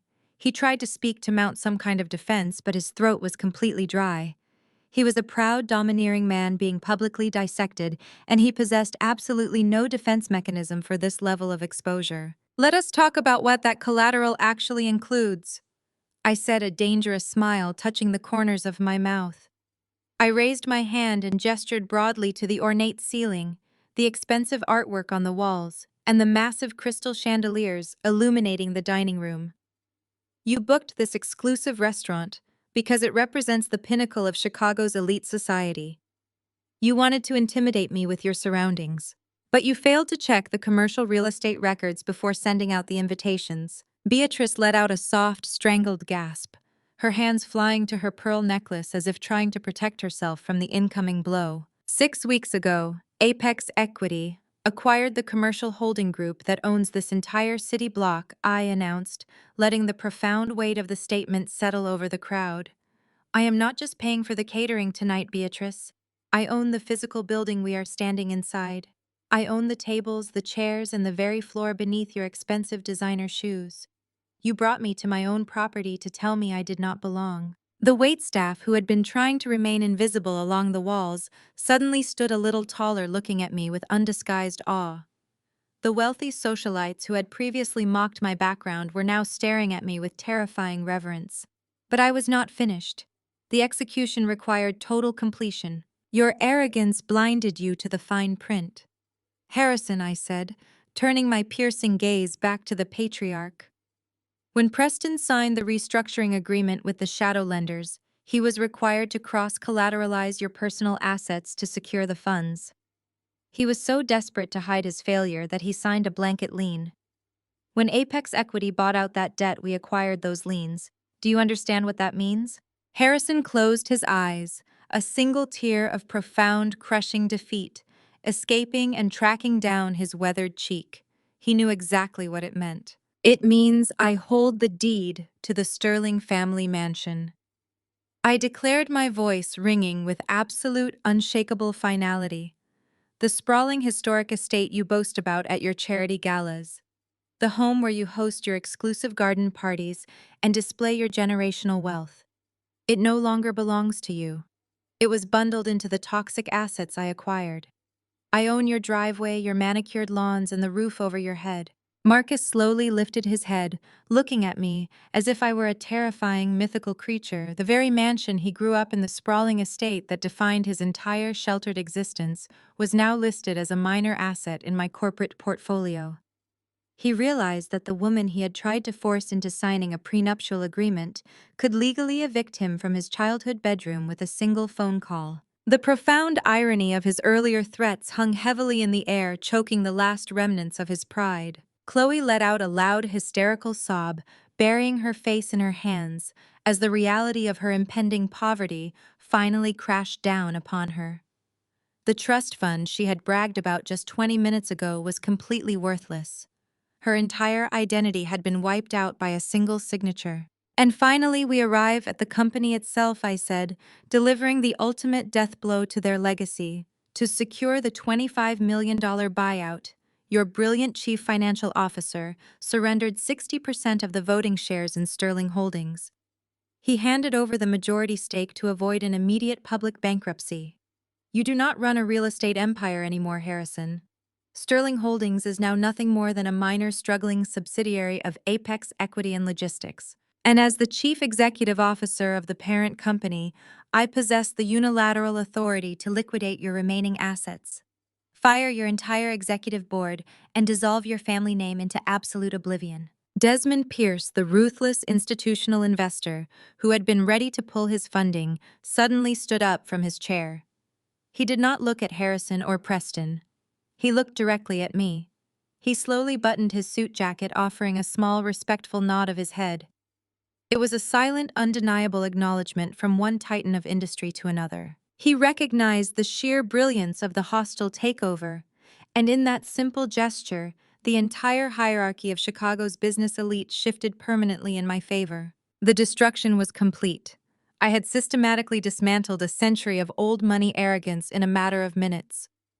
The Sterling family, who had spent the entire evening attempting to strip away my dignity and force my submission, were now sitting in complete and total ruin. They were entirely penniless, utterly humiliated, and completely at my mercy. And the 75 elite guests, who had watched them try to execute me, were now bearing witness to my absolute reign. Harrison could not tear his gaze away from the white pages resting inside the black leather folder. The bold logo of Apex Equity was already burning a permanent hole into his retinas, but the true execution lay buried slightly deeper within the document. He reached out with a hand that shook so violently, his expensive gold cufflink rattled against the polished mahogany table. His thick fingers fumbled clumsily with the edge of the thick parchment paper. He slowly turned the first page, revealing the brutal, comprehensive schedules of the debt restructuring agreement. He turned another page and then another, his breathing growing increasingly shallow and ragged with every single sheet of paper. I was a man desperately searching for a loophole, a clerical error, a microscopic discrepancy that would prove this entire nightmare was just an elaborate hallucination. He found absolutely nothing but airtight corporate execution. He reached the final page of the acquisition contract. The execution block was printed in stark, uncompromising black ink. His eyes darted down to the authorized signatory line. There, resting cleanly above the printed title of Chief Executive Officer, was a signature he recognized. He had seen that exact same elegant, sweeping handwriting on the RSVP card for this very rehearsal dinner. He had seen it on the gift tags of presents sitting in his own living room. He stared at the name Zuri until the letters began to blur together. The undeniable physical proof of my absolute ownership was staring right back at him. A horrific strangled sound escaped the patriarch's throat. It was not a word or a gasp, but the primal, agonizing sound of a powerful man realizing his entire generational dynasty had just been legally completely eradicated. Beatrice heard that strangled sound escape her husband's throat, and the final thin thread holding her artificial composure together snapped entirely. She leaned forward, gripping the back of Harrison's chair, her perfectly manicured fingernails digging desperately into the upholstery. She looked down over his slumped shoulder, forcing her eyes to focus on the signature line at the bottom of the stark white page. The moment. Her brain processed my name, printed boldly, next to the supreme executive title. All the strength instantly vanished from her legs. The ruthless matriarch who had spent the entire evening attempting to emotionally destroy me physically folded. She collapsed backward into her dining chair, her body hitting the cushioned seat with a heavy, ungraceful thud. The sudden violent motion caused her custom silk dress to bunch awkwardly around her waist, but she lacked the basic motor skills to smooth it down. Her flawless posture dissolved completely. She slumped down, staring blankly at the crystal water glass in front of her. Her mouth fell open, drawing in short, panicked breaths of air that failed to inflate her lungs. Her hand flew up to clutch the heavy strand of heirloom pearls resting against her collarbone, as if the expensive jewelry could somehow tether her to the wealthy reality that was rapidly slipping away.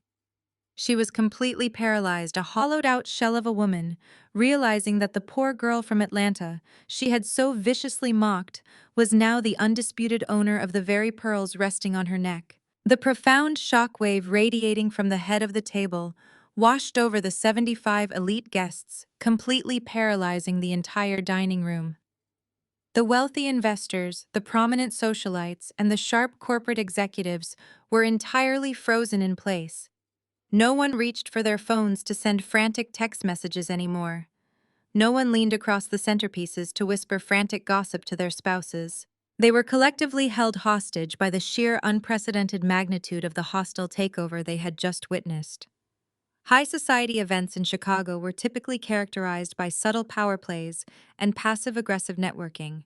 They had absolutely never seen a billionaire patriarch publicly stripped of his entire empire between the salad course and the dessert service. The silence in the room was no longer just quiet. It was a heavy, suffocating physical entity pressing down on the shoulders of every single person present. A waiter standing near the kitchen doors accidentally dropped a silver serving spoon. The sharp metallic clatter rang out like a gunshot, echoing violently against the vaulted ceilings and the mahogany walls. Yet not a single guest turned their head to look at the source of the noise. Their eyes remained entirely glued to me. I was the epicenter of their new reality. The established social hierarchy of their exclusive gated community had just been violently overthrown, and I was the reigning authority, standing firmly in the rubble.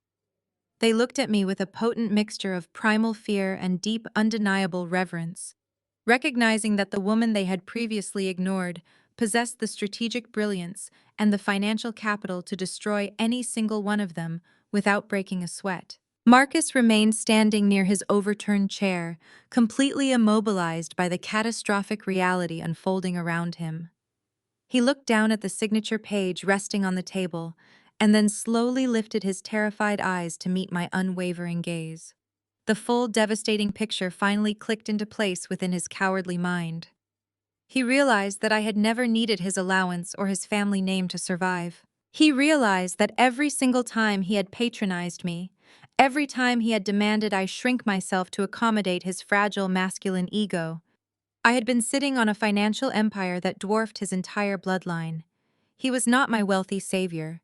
He was a pathetic liability that I had finally decided to liquidate. Across the table, Chloe had stopped her hysterical sobbing. She was curled into a tight ball in her chair, her arms wrapped securely around her stomach as she rocked slightly back and forth. The entitled princess of the Sterling legacy was completely mute, terrified into absolute submission by the total destruction of her safety net. Preston lay whimpering softly on the floor next to her, his career and his freedom entirely forfeit. I stood perfectly still, letting the magnificent silence stretch out, absorbing the absolute surrender of the room. I did not feel an ounce of pity for the people cowering before me. I felt the pure, unadulterated satisfaction of a predator who had just successfully executed a flawless hunt. The old money empire had tried to bury me, but they had foolishly handed me the shovel. I broke the agonizing silence, my voice slicing through the heavy air with surgical precision. "You wanted to know where I came from, Beatrice," I stated, locking my eyes onto the trembling matriarch. "You wanted to make sure all of your esteemed guests understood exactly how little I brought to this grand sterling legacy. Well, let me tell you exactly what I bring to this table. I bring the only thing keeping you from being completely destitute. You sit in your mansions draped in pearls and designer silk, pretending that your bloodline somehow elevates you above the rest of the world. You look down on people who actually work for a living because you have never had to break a single sweat to survive. You inherited a fortune built by a man who is no longer here to protect it, and you slowly squandered every last dime through pure sheer entitlement. You thought your last name was a magical shield that would protect you from the harsh realities of the actual business world. You thought you could float through life on the achievements of your ancestors, completely blind to the fact that the modern economy devours lazy, outdated dynasties for breakfast. I stepped away from my chair, moving slowly along the length of the long mahogany table. Every face turned to follow my movement. "You mocked my origins."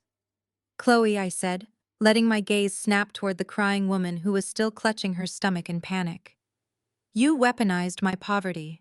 You thought reminding me of that tiny apartment in Atlanta would somehow make me feel small. But you completely misunderstand how fire is forged. While you were spending your 20s racking up credit card debt on luxurious vacations and complaining about the service at your exclusive country club, I was working 80-hour weeks. I built my first logistics route from the back of a dilapidated warehouse, managing dispatch schedules at 3 in the morning while finishing my business degree online. I spent hours negotiating commercial shipping rates with hardened truckers who laughed in my face before I forced them to respect my absolute authority. I unloaded heavy cargo pallets entirely by hand when my first employees quit. I did not have a seven-figure trust fund to pay my rent. I did not have a wealthy, powerful father to call when I failed. I had absolutely no safety net. If I failed, my brothers and I starved. I did not have the luxury of taking mental health days in the Hamptons or attending elegant networking galas to secure easy venture capital.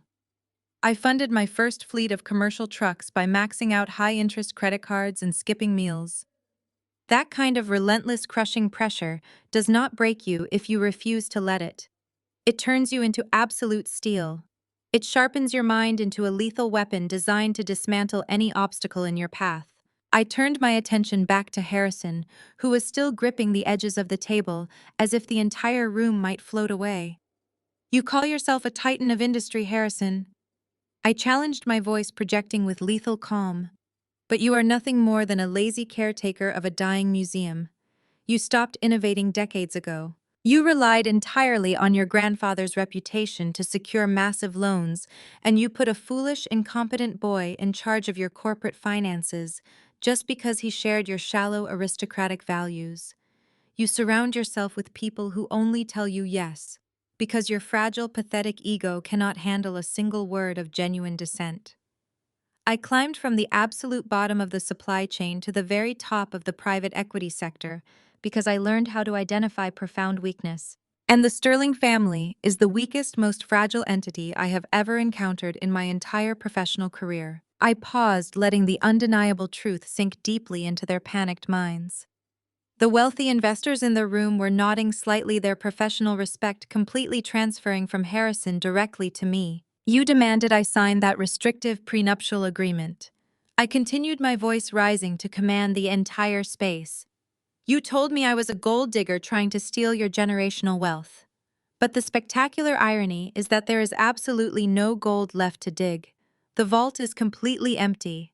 I have more liquid capital resting in my personal checking account right now than your entire corporation generates in 5 consecutive years." I did not hide my wealth from Marcus because I was trying to maliciously deceive him. I hid my wealth because I wanted to see exactly what kind of man he truly was when he thought he held all the power. I wanted to see if the Sterling family possessed even a fraction of the nobility and grace they publicly claimed to champion. I looked at Marcus, who was staring at the hardwood floor, his shoulders violently shaking under his tailored suit. "You failed the test, Marcus," I declared without an ounce of sympathy. "You failed it so spectacularly that it is almost comedic. The very moment your mother handed you a weapon, you immediately used it to attack the woman you supposedly loved. You demanded my total submission to save your own skin. You wanted a prop. You wanted a quiet, grateful charity case who would make you look generous and tolerate your profound mediocrity. You never wanted an equal partner. And it is a very good thing you did not, because we are not equals. We will never be equals." I walked back to the head of the table, standing directly over the broken patriarch and his terrified wife. Beatrice finally looked up at me, her eyes wide with a desperately pathetic plea for mercy. The arrogant superiority that had defined her entire existence had been thoroughly scrubbed from her features. She was just a frightened old woman terrified of losing her social standing. "You stand here tonight breathing my air," I said, lowering my voice to a sharp, commanding whisper that carried across the absolute silence of the room. "You are sitting inside my building. You are eating expensive food paid for by my corporate accounts. The luxury cars waiting for you outside are currently parked on my property. You aggressively demanded to know my place in this family. My place is at the absolute top. You are not protecting your precious legacy from me, Beatrice. I bought your legacy. I bought it at a steep discount because it was actively rotting from the inside out. You are the one surviving entirely on my mercy," I announced, letting the full crushing weight of the shifted power dynamic obliterate whatever defiance they had left. "Every single day you wake up in that mansion from now on, you will know that the only reason you have a roof over your head is because I have not yet decided to bulldoze it. You will walk into your elite country club, knowing that your monthly membership fees were paid by the grace of a girl from West End Atlanta. You wanted me to know my place, and now you know yours. You are tenants in my world. You exist solely because I allow it. And the moment you forget that fact, I will not hesitate to liquidate every single memory you hold dear." The devastation in their eyes was absolutely complete. There was no argument left to make. No corporate lawyer could possibly save them from the financial execution I had just delivered. I had systematically dismantled their entire psychological and financial foundation, leaving them completely exposed to the harsh, brutal reality of their own incompetence. They were utterly broken, and the 75 elite guests who had gathered to eagerly watch my public humiliation were now the permanent witnesses to their total, undeniable ruin. Preston had stopped whimpering. He was lying on the expensive carpet of the dining room, completely catatonic. His eyes were fixed on the vaulted ceiling, but he was not looking at the crystal chandeliers. He was staring into the terrifying abyss of his own shattered future. I walked slowly around the mahogany table, stopping when I stood directly over him. I looked down at the man who had spent the last 2 years treating me like a disease he might accidentally catch. "I am not done with you, Preston," I said, my voice low and completely devoid of warmth. "Stand up." He did not move. He could not move. His body had completely shut down under the sheer weight of his exposure. I said, "Stand up," I repeated, my tone sharp enough to cut glass. "Do not make me ask you a third time." Harrison suddenly found his voice, his survival instincts overriding his absolute shock. "Get up, you pathetic coward," the patriarch barked, his voice rough and ragged. "Face her. Look at what you have done to us." Preston scrambled backward across the floor, his custom-tailored suit dragging against the carpet until his back hit the wall. He used the mahogany wainscoting to pull himself upright, his legs shaking so violently they threatened to give out again. He kept his head bowed, unable to meet my eyes or the furious glare of his father-in-law. "You thought you were a genius, Preston." I began stepping closer until I was just a few feet away from him. "You thought you could hide your massive corporate embezzlement behind complex financial jargon and convoluted offshore accounts. You thought you were so much smarter than everyone else in the room that no one would ever bother to actually check your math." Preston squeezed his eyes shut, shaking his head in a frantic, desperate motion. "No," he choked out, his voice barely audible. "It was just a restructuring strategy. I was moving liquidity. You were stealing, I corrected him loudly, ensuring the remaining investors heard every single word. You were systematically draining the operational accounts of Sterling Holdings for the past 18 months. You were transferring millions of dollars into shell companies registered under your sister's maiden name in the Cayman Islands. You were using the company's failing commercial projects as a smokescreen to hide your massive personal theft. Chloe let out a sharp, horrified gasp. She stared at her husband as if he had suddenly transformed into a terrifying monster.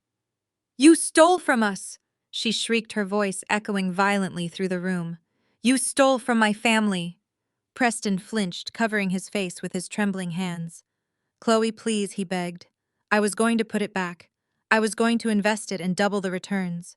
I laughed, a cold, harsh sound that silenced Chloe instantly. "You were never going to put a single dime back, Preston," I said, my voice ringing with absolute certainty. "You were preparing to run. You were siphoning the last remaining liquid capital out of this decaying empire so you could vanish the moment the bankruptcy became public. You were planning to leave your wife and her family to face the criminal fallout while you lived comfortably on a beach." Harrison took a menacing step toward Preston, his hands balled into massive shaking fists. "I will kill you," Harrison growled, his voice dropping to a terrifying predatory register. "I will strangle you with my bare hands before I let you walk out of this restaurant." "You will not have to, Harrison," I interrupted, turning my attention briefly to the furious patriarch. "Because Preston is not going to a beach. Preston is going to a federal penitentiary." I turned back to the terrified chief financial officer. "My forensic accountants did not just find your catastrophic debts, Preston. They found your personal slush funds. They mapped every single fraudulent wire transfer, every forged invoice, and every shell company you created to hide your theft. They compiled a comprehensive dossier detailing 18 months of deliberate corporate embezzlement and massive tax evasion." Preston opened his eyes, staring at me with a look of pure, unadulterated horror. His lower lip was trembling uncontrollably. You did not," he stammered, his voice failing completely. "I absolutely did," I confirmed, a hard, triumphant smile crossing my face. "Exactly 1 hour before this rehearsal dinner began, my legal team transmitted that entire dossier to the Criminal Investigation Division of the Internal Revenue Service. Simultaneously, a duplicate copy was hand-delivered to the White-Collar Crime Unit of the Federal Bureau of Investigation in downtown Chicago." The silence that followed was absolute. It was the silence of a man realizing his life was entirely, irrevocably over. "The federal agents do not care about your Yale degree."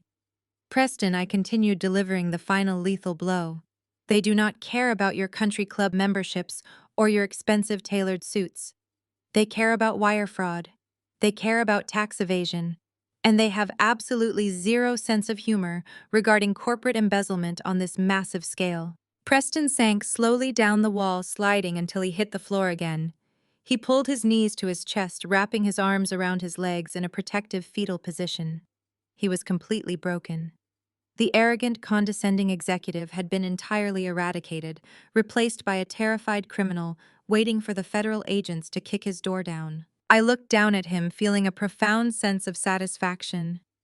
"You wanted me to sign a prenuptial agreement to protect your family's assets, Preston. But you were the only one actively stealing from them. I am not the gold digger here. I am the executioner, and I have just handed you your death sentence." I turned away from this whimpering shell of a man on the floor. Preston was no longer my concern. The federal government would handle the rest of his miserable existence. I directed my gaze back to the head of the mahogany table where the true architects of this toxic dynasty sat in absolute ruin. Harrison and Beatrice were completely silent.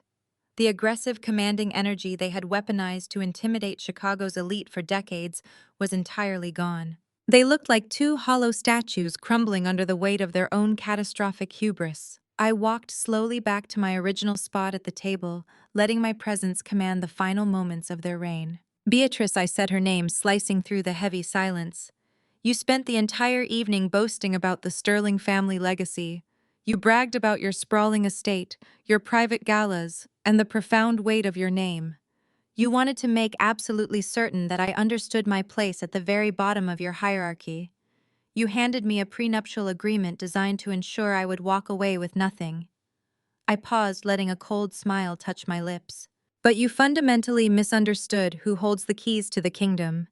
As the Chief Executive Officer of Apex Equity, I have officially assumed total control of your leveraged assets. That includes the primary collateral Preston surrendered to secure his fraudulent loans. I looked directly into Harrison's defeated eyes.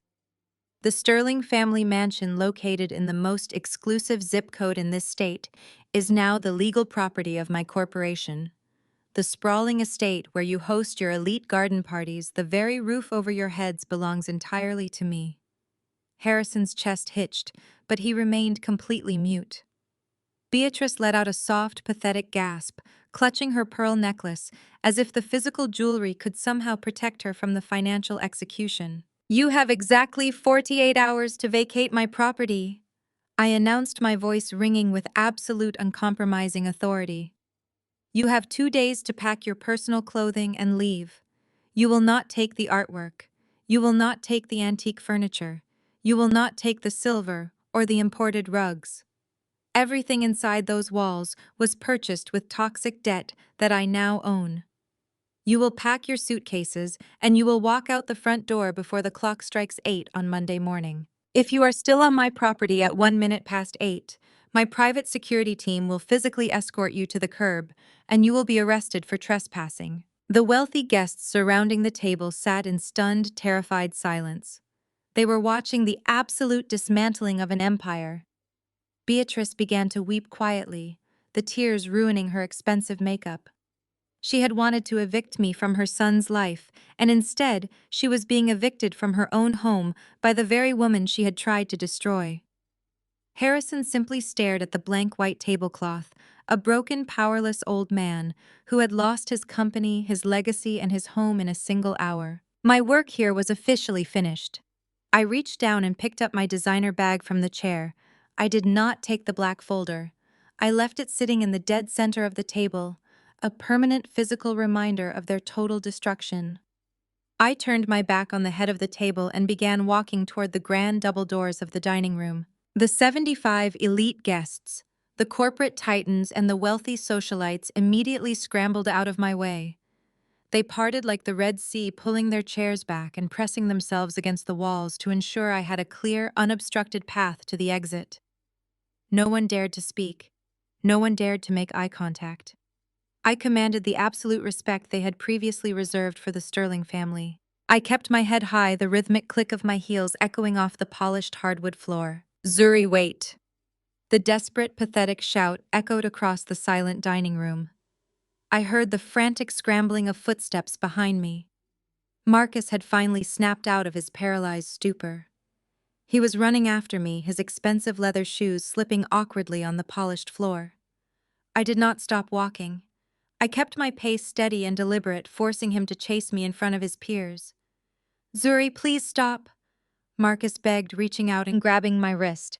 I paused and slowly turned around. He looked absolutely wretched.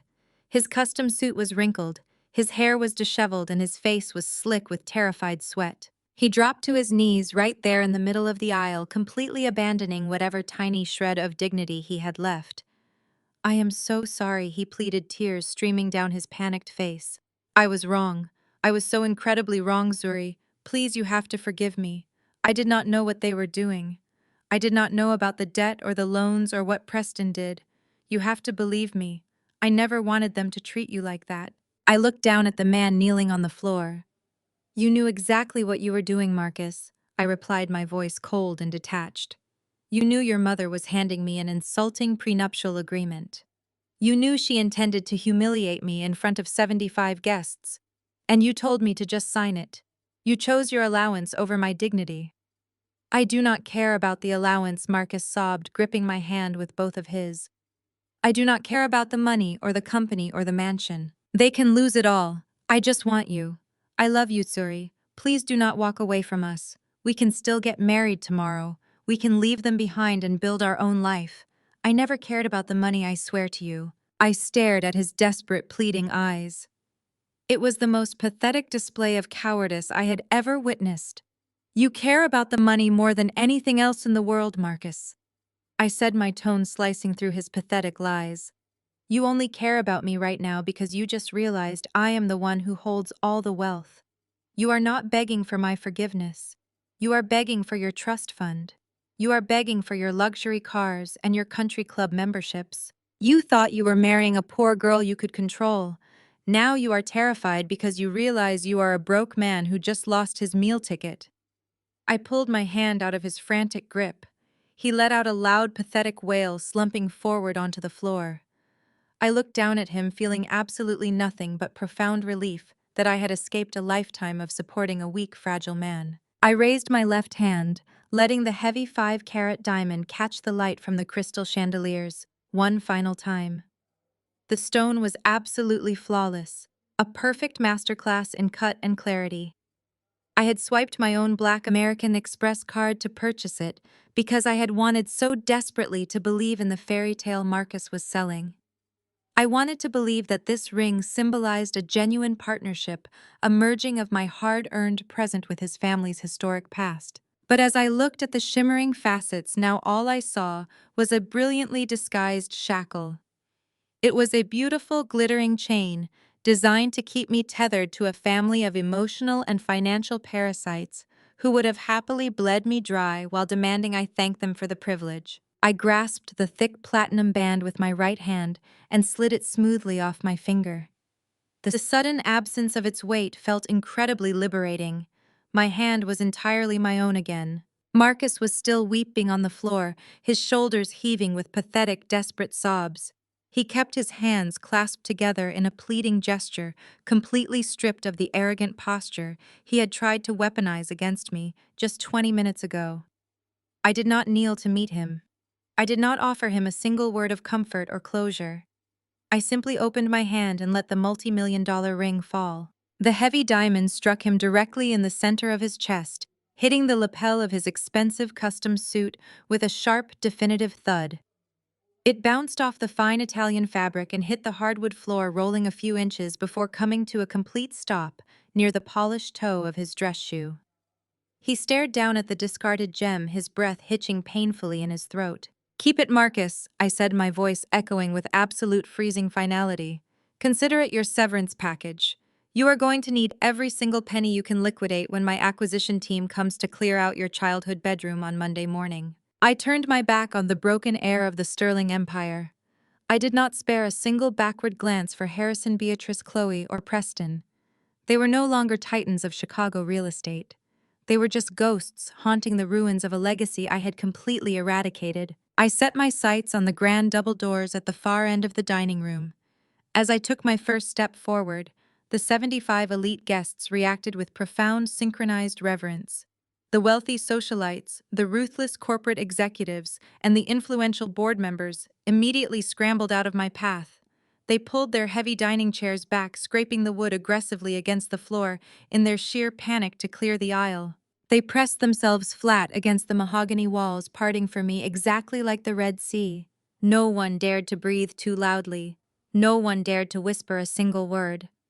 They simply watched in absolute, unadulterated awe as the woman who had just conquered their exclusive world walked right through the dead center of their gated community. As I passed Desmond Pierce, the imposing institutional investor, he caught my eye.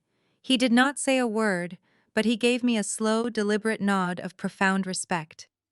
It was the silent, universal acknowledgement of absolute power, permanently shifting hands. I offered a brief nod in return, officially accepting my newly cemented position at the very top of their financial food chain. I reached the heavy oak doors of the restaurant. Two waiters scrambled forward, tripping over their own feet to pull the brass handles open for me. They bowed their heads slightly as I stepped across the threshold. I walked out of the suffocating opulence of the dining room and stepped into the crisp, cool air of the Chicago night. The city lights sparkled against the dark sky, vibrating with endless, limitless possibility. I took a deep breath, filling my lungs with the sweet, intoxicating scent of total, absolute freedom. The camera smoothly pulls back, gliding away from the bright streetlights of downtown Chicago, and seamlessly transitioning right through the floor-to-ceiling windows of my present-day penthouse. The bustling traffic noise of the city street instantly fades into the soft, sophisticated hum of the jazz music playing quietly in my living room. I am sitting exactly where we started, resting comfortably in my sleek leather armchair. The warm, ambient lighting casts elegant, dramatic shadows across the room, highlighting the modern art on my walls and the sprawling, spectacular city skyline behind me. I slowly swirl the dark red wine in my crystal glass, watching the rich liquid coat the sides of the bowl. It has been exactly 1 year since that rehearsal dinner, I say, looking directly into the camera lens. A slow, deeply satisfied smile spreads across my face. Preston is currently serving a 10-year sentence in a federal penitentiary for massive corporate fraud and international tax evasion. Chloe divorced him the very second his bank accounts were frozen by the federal government, and she is now desperately trying to sell her designer handbags on internet resale sites just to pay her basic rent. Harrison and Beatrice were physically escorted off my property exactly 48 hours after I gave them their eviction notice. They are currently living in a cramped 2-bedroom apartment in a suburb they used to actively mock at their high society galas. And Marcus is working as a mid-level sales representative at a competitor's firm, taking direct orders from managers he used to consider entirely beneath his pedigree. I lean back against the soft leather crossing my legs, with the relaxed, graceful ease of a woman who completely owns the world she walks in. Sterling Holdings no longer exists. I dissolved the family name, completely folding their few remaining viable assets into the massive infrastructure of Apex Equity and Logistics. I took the rotting foundation of their old money empire and used it to build new commercial distribution centers across the Midwest, creating thousands of well-paying jobs for people who actually know the true value of hard work.